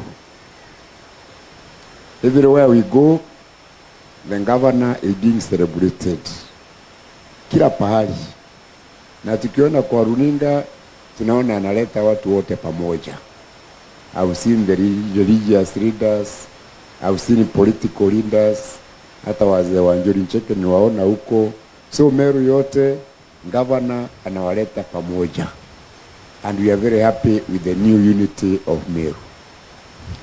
What our request is, hii nafasi Mungu ametufungulia, isifungwe tena. Let us not allow backward primitive politics to come back to undermine the development of Meru. Ukurankuga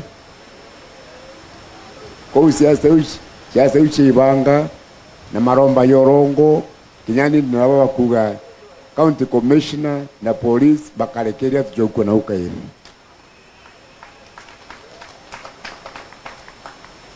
Secondly, number 2, leo mimi nimefurahi sana.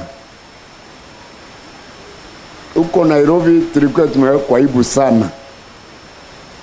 They were saying Meru is a primitive society. It does not respect women. Sisi ni wale watu ambao hawaheshimu akina mama. And what I know personally, I'm a womanist. I fight for the cause of women. Si hata nyinyi mnajua, hata nilikuwa na Meru Twaweza wakati ule. Sisi tunainua kina mama. We want to political visibility of women in this country. We want to empower women to be top business people and professionals. So we want to make our women great. So leo umetutoa hiyo aibu. Linda Kiome is not just a woman. Linda is a Linda.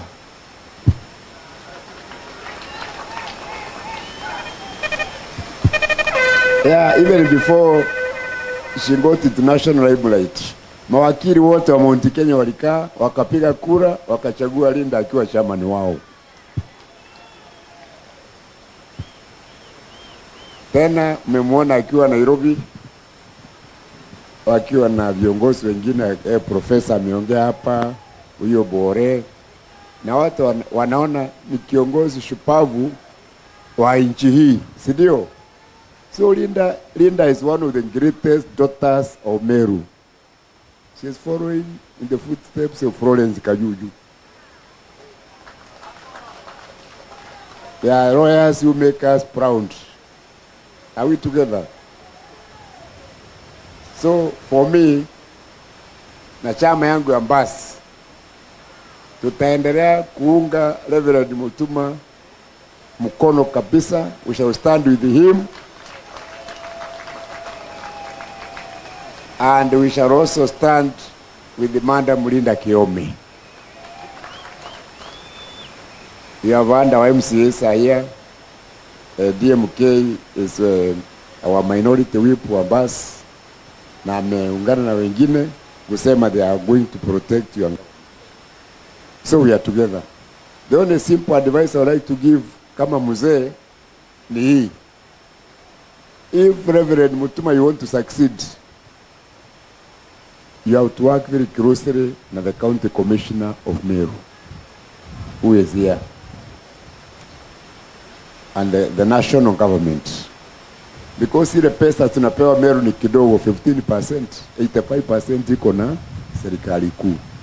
So, cultivate very close relationships with the national government. Fanya vizuri na serikali ya William Ruto. Sidio? Hiyo maendeleo tuko nayo iongezeke. Kuna barabara tunangojea hapa Meru town, ndio carriage kutoka Ikumene mpaka huko Gitoro. Ongeeni vizuri hiyo barabara iongezwe, iwekwe rami, because ilikuwa imekubaliwa. Hao vijana wanapiga kelele hapo na kengere, tulikuwa tumewapatia studio Kenoru Stadium. Wakati inafunguliwa, there are many rooms there, wapatiwe moja, wasanii wote wao wanajipanga mambo yao huko. And there are many things we can work with the national government and bring into this country. So for me, tutawa support, but please, please, please don't allow Meru to go back where it has come from. Asanteni sana, Mungu awabariki. Thank you. Governor Creighton alingaruye karwe kange.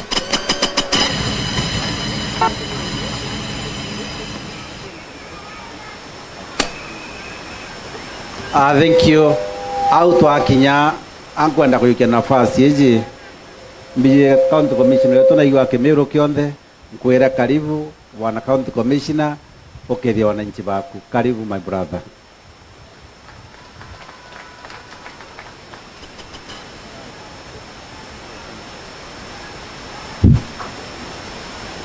Basi kwa heshima za itifaki zote, Mheshimiwa Gavana,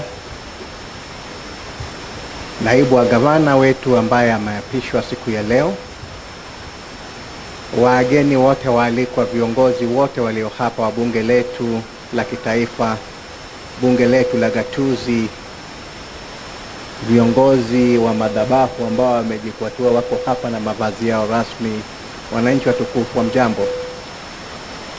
Mugeni atu wetu, kwani hata kama njaa imeingia iko mtu amekula, hata sisi hatujakula, kwa hivyo tukasane. Mugeni kaire.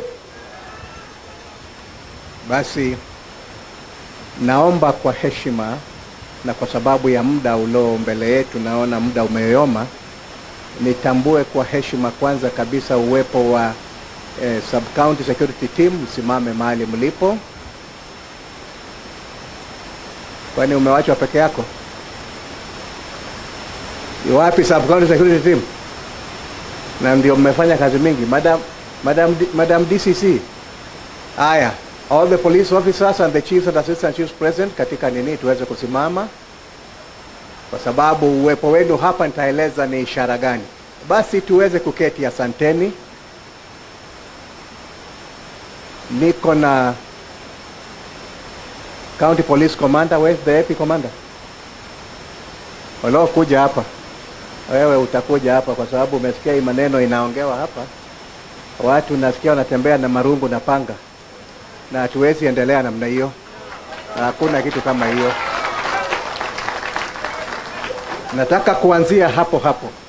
Kabla kusema chochote, kabla kukupa pongezi naibu wa gavana, nataka kwanza kwa kusema kwamba Bwana Police Commander ako hapa.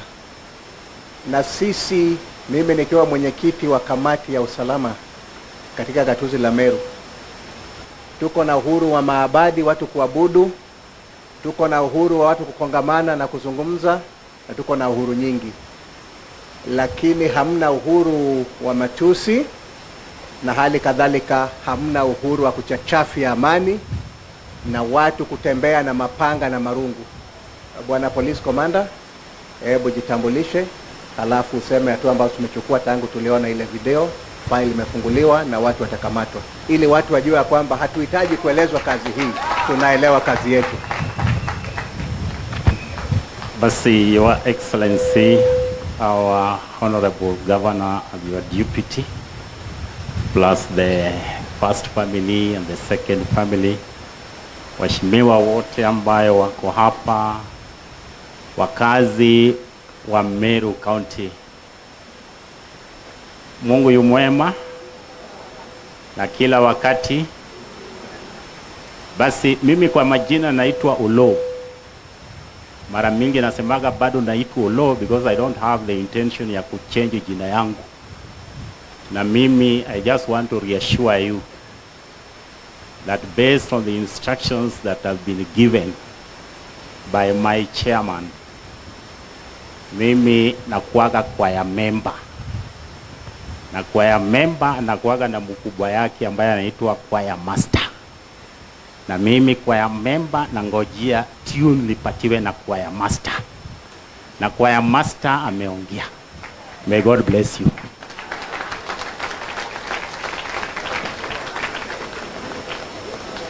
Tutikwenda muntu kutoretera thina Meru. Antume karebwega. Kama ni siasa zetu, tupige siasa, tufanye siasa ya amani, kwa sababu Meru ni gatuzi lenye heshima. Meru is one of the biggest economies, and Meru is the next city. We don't want people seeing us running around na marungu na mapanga. We are not savage and we are not primitive.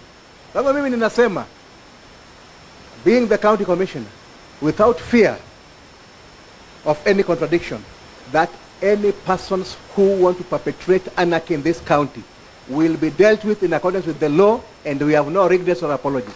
Kwa hivyo kama wewe ulionekana na panga na marungu, ukirandarana kwa barabara kutishia maisha ya watu, utakamatwa na kushtakiwa. Basi nimemaliza hiyo. Leo haikuwa siku ya ugomvi na mambo mengi. Nilikuwa nataka niombe tu kwa heshima na kwa kugoteza kichwa, Bwana Gavana, ni kushukuru kwa sababu mimi naona tuko na tukio la kihistoria. Tukio la kihistoria kwa sababu mheshimiwa wa hulka ya kike amepata wadhifa wa kuwa naibu wa gavana. Tulingalingire Meru itu ruhe kuru tulingalinge karuke mikega. Hayo ni maendeleo ambayo lazima tuyatambue siku ya leo. Na mimi kwa mujibu wa vyombo vya dola na kuwawakilisha vyombo vya dola wenye kusimamia usalama na vyombo vya dola ambavyo vinasimamia maendeleo na masuala mengine yote katika serikali kuu ambayo nawakilisha hapa, niruhusu nikupe kongole na pongezi foroforo kwa kuweza kupewa nafasi hii, wadhifa huu wa kuwa naibu gavana.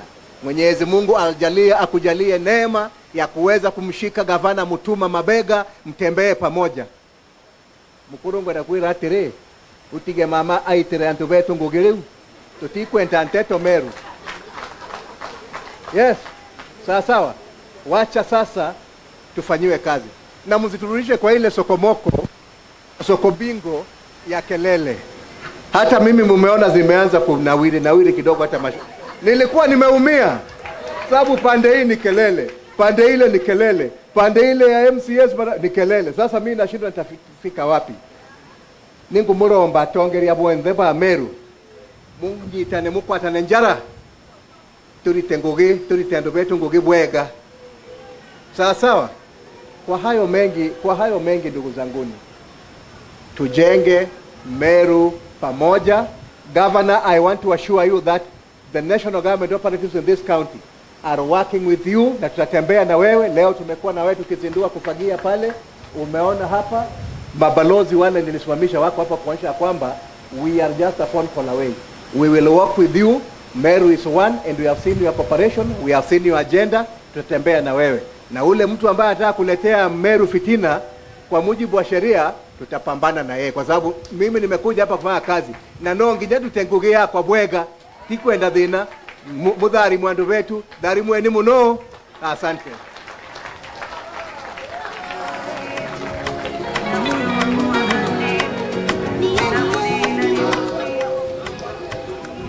Ndaringaringo karwe kange. Najua amekaa hapa muda kidogo sana na anaongea Kimeru yote.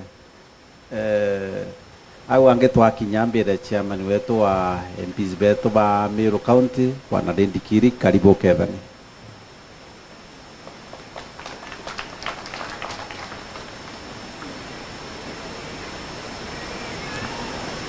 His Excellency the Governor wa gatuzi letu la Meru,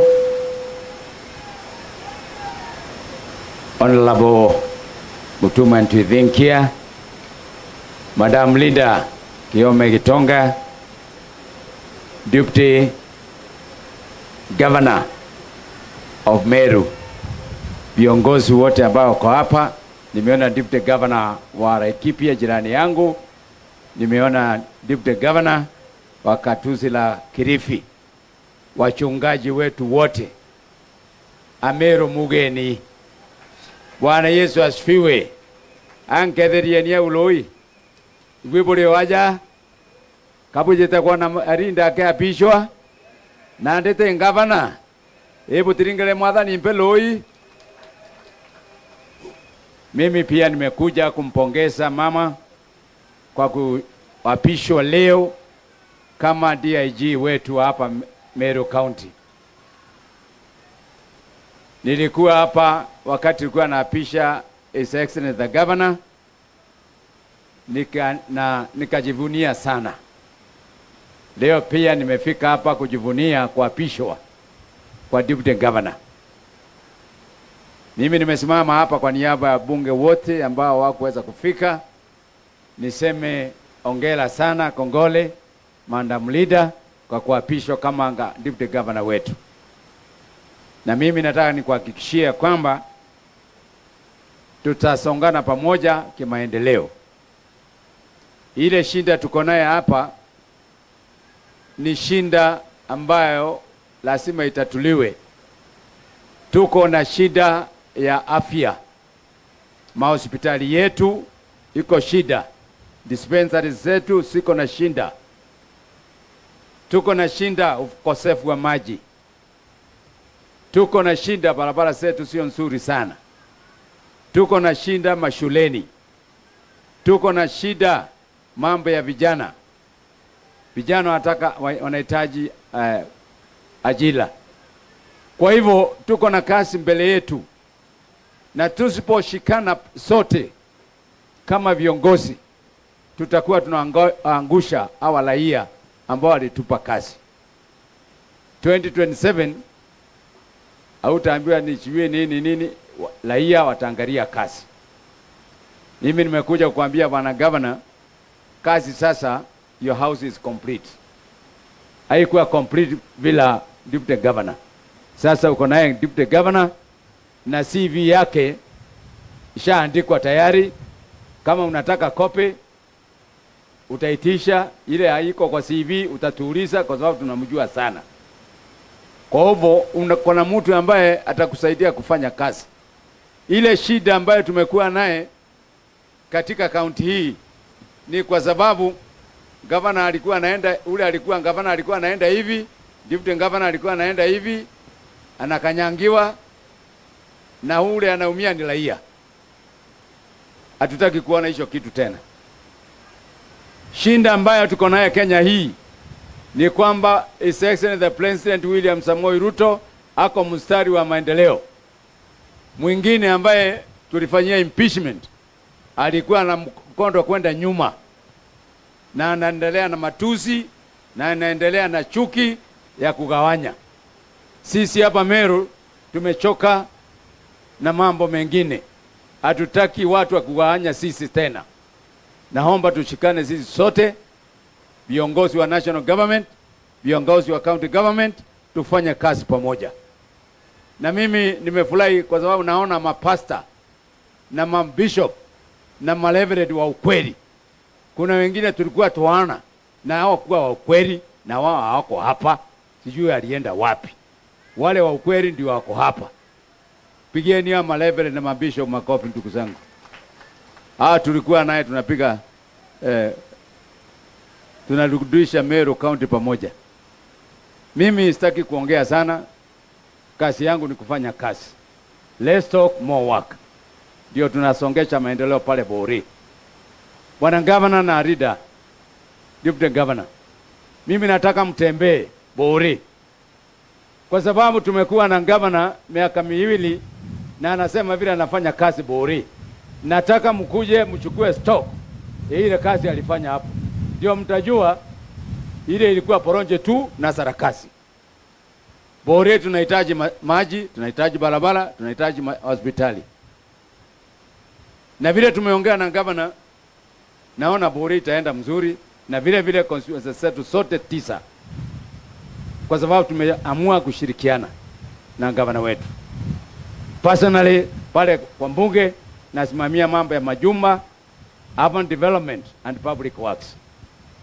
Nitahakikisha manyumba imefika hapa constituency yetu, masoko imefika hapa, sewage imefika hapa, institutional housing itafika hapa, manyumba ya polisi itafika hapa, na kile kitu chochote kupitia katika idara ya serikali under the Ministry of Housing, Urban Development, Public and Public Works.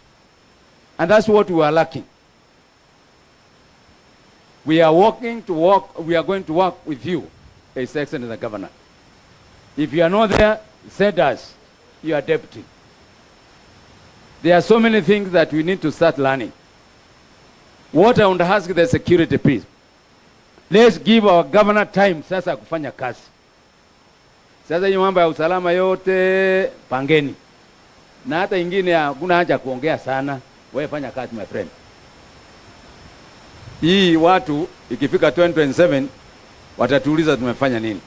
So governor, mimi nakuuliza na kuomba vitu 3. 1, huduma ya afya Meru County. Mambo ya level 5 hospital, mambo ya level 3, level 4 and the others. La pili, mambo ya maji katika gatuzi letu. Hiyo ni muhimu sana. Mambo ya 3, mambo ya barabara. Chakula Mungu atatupatia kwa sababu kutanyesha. Tuongezee na maji. Ukifanya haya maneno, ya la hii hawa unaona hawa watakwambia one more time.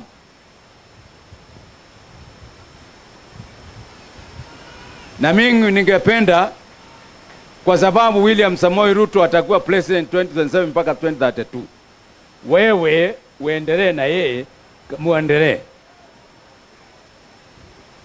Kwa hivyo hiyo ni maoni yangu, na hivyo ndio itakuwa. Mungu yuko mbele, kwa sababu Mungu tuko naye pamoja. So my friends, kila mtu atawekea mtu akakire mwangi yale. Bwana Yesu asifiwe. So tuendelee na gavana wetu, maneno ikae mzuri. Hiyo ndio ile kitu iko na maana. Bwana Yesu asifiwe. Na hiyo hata hiyo nyingine tunafunga. Nitakuwa kwa mstari ya mbele hapo kufunga hiyo goli nyingine. Kila mtu aisentendo kwa mambo yake. Sasa unazungumza, mimi nimezungumza pia, na tunazongana tu namna hiyo mpaka ifike hapo. Kwa hivyo maendeleo tuko naye, tukipata maendeleo tutasongesha hiyo mambo mengine. Kesho nitakuwa na deputy president pale Kibrishia kusongesha maneno ya akina mama na kusongesha maneno ya vijana, akitumwa na His Excellency the President of the Republic of Kenya. Hiyo ndio mimi kazi nafanya. Na pale watu wa Bore atukuangi kelele hapa, nitaambia laimu hapa iko kelele kidogo kidogo, asamishe hiyo. Pale Bore tunaenda kuempower women na vijana wetu. Hiyo ndio ile lugha tunajua. Na tuogopi na tutaogopa. Bwana Ntwithinkia, Rita, fanyeni kazi. Meru inahitaji nyinyi. Hiyo vingine kelele tutazungumza naye tukienda mbele. Asanteni sana. God bless you.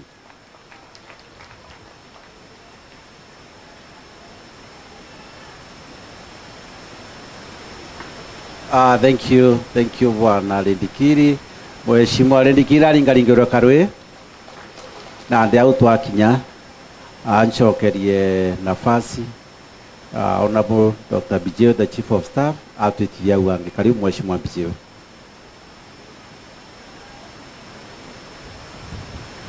Asante sana Speaker wetu wa bunge.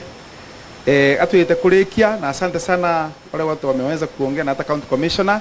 County Commissioner leo members basi hebu bakuweta hapa kwa manto ya Chief of Staff. Watu walikuwa wameshtuka kwa sababu kule Kagomani ni kwetu. Lakini hauko inamaanisha sasa mimi nilikuwa alisema former itakuwa nchamba mbele. Unde nchambe ngundu. That's the difference. So sio mimi sasa ni yule alikuwa nini nyande na kauki kidogo. Asante sana. Nataka sasa kumtambua deputy governor. Sasa huyu ni kutoka kule coast. Sasa Kiswahili hapo sasa pia nishinda. Anaitwa Flora Chebule. Tafadhali naibu governor kutoka kule Kilifi kuja utusalimie. Sio no, karibu deputy governor.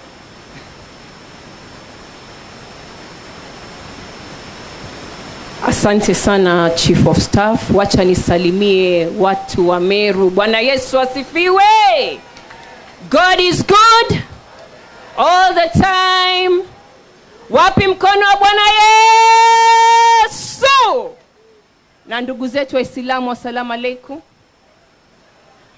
Mstahiki gavana wa Meru, simba wa Meru, si mwingine ni Reverend Isaac Mtuma, na kuenzi na ubavu wako naibu wa gavana mstahiki Linda Gaki, na kuenzi na kutambua na ubavu wako na itifaki zote zikizingatiwa. Hamjambo tena. Kwa majina nafahamika kama mstahiki Flora Mbetsa Chibule. Kwa neema Mwenyezi Mungu mimi ndiye naibu wa gavana jimbo la Kilifi County, kule ni 003. Leo hii nina furaha, nina bashasha, nina mbwembwe, nina hanjam kwa sababu nimekuja home. Hamujui kwa nini? Nimekuja hapa na kofia 4. Kofia ngapi? Kofia ya kwanza, ndio maana nikasema niko home. Mimi mkiniona hapa, mimi ni in-law wa mali hapa. Kakangu mkubwa alioa mtoto totosho wa kutoka hapa Meru. Msichana mrembo aitwa Margaret Gaki Arithi. Babake ni Mutugi kutoka hapa Meru Nkubu. Yaitwa Nkubu Mtuarithi. Hapo ndipo tulitoa mtoto mrembo mzuri hapo 1997, na hivi wako pamoja, lakini walirelocate, wako Ulaya, lakini mimi nikiwa hapa najua niko home. Hiyo ndio kofia ya kwanza. Kofia ya pili, mstahiki gavana, nimetumwa na gavana wangu Gideon Maitha Mung'aro anayepeperusha bendera ya Kilifi. Amenituma nije Meru, nije ni kucongratulate kwa sababu umeshikilia ile gea. He is the new sheriff in town of Meru, na yeye ndiye mwenyekiti wa jumuiya za kaunti za Pwani, ile Pwani block. Kwa hivyo kwa niaba ya magavana wote wa Pwani, Mombasa, Kwale, Kilifi, Tana River, Lamu na Taita Taveta, manaibu gavana, nimekuja kuleta congratulations ambazo tunaita kongole za hali ya juu hapa ndani ya jimbo la Meru, tukisema congratulations my dear sister. Na ile kofia nyingine nasema nani kama mama? Hakuna kama mama. Ukiwezesha mama umewezesha jamii. Lakini si mama wote wako sawa, si ndivyo hivyo? Tukimwangalia huyu dada huyu nampa B3: beauty, brains, behavior. Ndio maana mkamchagua nyinyi watu wa Meru. Dadangu, nakwambia ya kwamba sikio halipiti kichwa. Shikilia hapo hapo. Umepata gavana. Gavana huyu Mwenyezi Mungu amempandisha. Miaka ile 1.5 wakati tukisikia kelele, sisi tuko Pwani tusikia kelele za Wameru. Lakini mimi naamini sasa kelele ama sauti ya Meru tukisikiza hivi katika runinga ni maendeleo. Tukisikia huku amejenga hii, amefanya hivi, ndio hilo tunaloliomba. Kwa hivyo ninawaombea kila laheri katika hii kazi. Hakika sio rahisi. Mimi ni Mwanglikana, nasi tunasema tunayaweza yote katika yeye atutiaye nguvu. Hakika utatiwa nguvu. Nimefurahi ya kwamba ndani ya Meru munaenzi Mwenyezi Mungu, na hakika viongozi wanatoka kwa Mungu, na nyinyi mkishikilia. Watu wa Meru jamani, wa support. Sisi tuna support 100%. Wacha hii miaka 2 iliyosalia, wacha mkawapatie watu wa Meru haki yao. Tuko katika ugatuzi wa 3. Wacha wafurahie ugatuzi ulio ndani ya Kenya, na nyinyi ambao mmepewa haya mamlaka mtaweza kuendesha Meru mbele. Kwa hivyo nawatakia kila laheri. Tulisema wakati kitambo kidogo kulikuwa na G7. Si mlisikia G7? Imekuwa G6. Lakini sasa tuna DG9. Tuna DG9 kwa niaba ya manaibu gavana wa kike ambao tuko 8. Pwani tuko 2, mimi wa Kilifi, kuna wa Taita Taveta, tuna wa Makueni, tuna wa Kiambu, tuna wa Bungoma, tuna wa Uasin Gishu, tuna wa Nandi, na tuna wa Elgeyo Marakwet. And the new kid in the block si mwengine ni wa Meru. Wapi kelele ya mama Gaki? Gakia gavana wetu gavana, wapi kelele zao? Sasa na wauliza nyinyi wa Meru, wapeni miaka 2 wafanye, kisha ikifika 2027 wapewe cha pili. Wapewe wasipewe? Wapewe wasipewe? Kwa jina la Baba, la Mwana na Roho Mtakatifu, na itimilike katika jina la Yesu. Hapa I decree and declare that the nations shall come to your light and the kings to the brightness of your rising.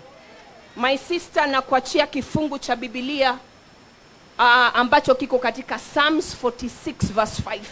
Kinasema Mungu akiwa katikati yako hutatingisika, kila itwayo asubuhi utaona nguvu zake.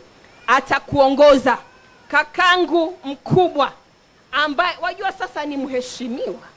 Wajua wakati tukiwa katika ile DG caucus hivi bwana, nilipokuwa nampigia simu namwambia mimi natoka Kilifi. Kilifi si mchezo. Nimekuja masaa 3:30 barabarani, lakini mimi nasema ninakuja mwanzo kwa ajili ya gavana. Lazima aheshimike. Sisi wenyewe kama DG caucus tumemheshimu na tunamwombea Mungu. Kwa hivyo mimi nimekuwa hapa ili kuhakikisha ya kwamba nakwambia kile kifungu cha Biblia cha Psalms 32 verse 8 ni chako. Kinasema the Lord shall teach you and instruct you in the way you should go. He shall counsel you and watch over you. Kwani iko nini? Meru iko imara. Nimeingia ndani ya mji wa Meru, nasikia yani hata ile hewa navuta hewa safi. Nikiangalia nyuso za Wameru, ninaona nyuso zilizo na tabasamu, zilizo na mbwembwe na bashasha. Mgeni kairi, mgeni. Asante. Nachukua fursa hii ya kipekee nitambue kiongozi wetu ambaye ni mwenyekiti wa naibu gavana katika majimbo yote 47. Si mwingine ni mtoto wenu, jirani yenu hapa, ambaye ni naibu wa gavana mstahiki Kaimuri. Asante sana.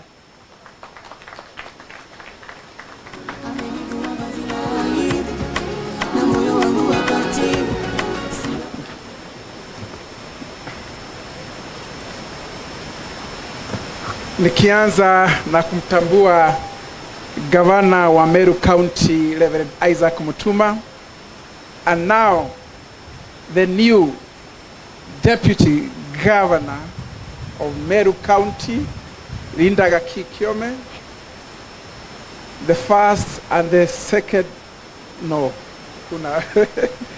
the first lady, the second gentleman of the Meru County. Nikitambua viongozi wote wa Meru County, nikiongoza na rafiki yangu Mheshimiwa MP Mbole MP, rafiki yangu pia Mugambi hapo, the former governor ambaye ametuacha saizi ametoka, the MCAs, the members of County Assembly wa Meru County, and those are the least soldiers of Meru County. Speaker, na kuheshimu. Ile kama kuna watu lazima waende biguni, hapa itabidi tukutetee kidogo. Umepigania Meru County. The clergy team, asante. Viongozi wote wa Meru County na pia the administration, God is good and all the time. Asanteni. Mimi kwa majina naitwa Ruben Kamure, the deputy governor wa Laikipia County and also the chair of the deputy governor's caucus. Leo sisi tuko na furaha. Na congratulations ya kwanza ni kwa governor wa Meru County. One, kumtambua the women can also be able to be part of the leadership in this country. Governor, asante. Governor Mutuma, mbeleni nilikuwa mkumbo wake, lakini leo natia amuri kusema His Excellency my governor was sasa ni kiongozi wangu. Ni kiongozi ambayo tunampenda. And for the last hiyo miezi 2-3 tumemsikia kwa uongozi. Tunasikia simba akiguruma. Meru has restored its glory. It is visible. Na DJ Kilifi amesema vizuri. Hata ukiingia tu pale hivyo kwa barrier tu hivyo ukiona billboard welcome to Meru County, unasikia kabisa umeingia kwa serikali ya Meru County. And we appreciate His Excellency Governor Mutuma. We know you as a very humble leader, a good listener, kiongozi pia who is a team player. Hata hivyo maneno nimesikia hapa, maneno ya kukua pamoja na county commissioner na viongozi wote, na pia kufanya kazi na assembly. With assembly, governor utena mbali, but we are already preaching to a converted. He is equal to the task, he has proven, and Meru imeenda pale inafaa. Madam Rinda, kazi yako is very easy. Uko na governor ambaye amepitia kwa ile moto, sasa ni dhahabu. Anajua kukuwa deputy governor ni nini. Na in fact hata kwa wakati tutakuwa tunasoma historia, tutakuwa tunasema how a deputy governor, mambo yote mbaya, yale mbaya yote anaweza pitia, tutakuwa tunasoma historia kutoka kwake. Lakini today we are so happy. Governor Mutuma kupitia kwa hiyo yote, he is so polished kuwa tutakuwa tunakuja benchmarking on how who is a deputy governor in Kenya in Meru County. Yeye ni kiongozi ambaye tunamwamini. Mimi Governor Mutuma na kuomba tu kitu moja, hata kama ulituacha wazi na Hweru na tupitia. One, unatuombea, na pia kuna mengine ya kusema, fikishia wenzako kuambia not how to do things. Kufikishia wenzako kuambia this is what I'm doing as a governor in terms of protecting the dignity and respect to that office. You will be ombi langu tu ni kuwa role model kwa governors wengine. Ombi langu ni moja tu. Ikuwe Meru County, there will be never any other cry of how not to treat a deputy governor. Mama ako sawa, Rinda Gaki.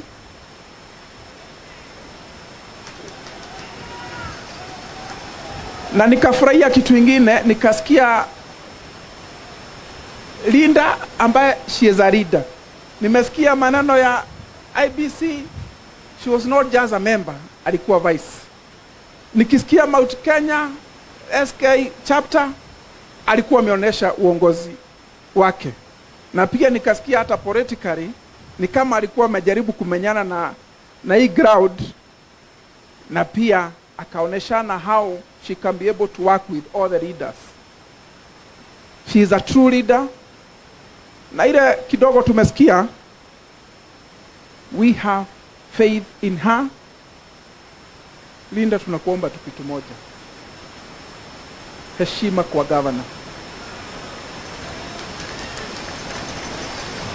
Kazi ya county inakuanga mingi sana. Na nikafurahia sana wakati one of the members of county assembly akasema, hii maneno ingine kidogo tatua. You are capable. Na mimi najua ukisaidia governor, hii maneno ya sijui nani atakuwa governor September 2027, hiyo mimi naona kama itakuwa tu walkover, ni kusema Reverend Isaac Mutuma na kazi iendelee tu. Na hapo tu leader naye kazi iendelee. Itakuwa miaka 10 bila break ingine. Mimi nimalizie kusema watu wa Meru, cause nimekuwa kwa hii safari pamoja na wao. You now have the complete set of good leaders. The governor, the deputy. Na pia cause nilikuwa naangalia hata hapo CCM, naona ikatokea mzuri zaidi. Lakini icing on the cake, the members of county assembly ambao they are the true soldiers who have done everything possible, and the clergy team to ensure ile sasa maneno tutakuwa tunaongea kuhusu Meru County ni maneno tu ya maendeleo na kukua the best county in terms of development na anything else in terms of kuangalia watu wake. Mimi yangu tu itakuwa kuwaombea Meru County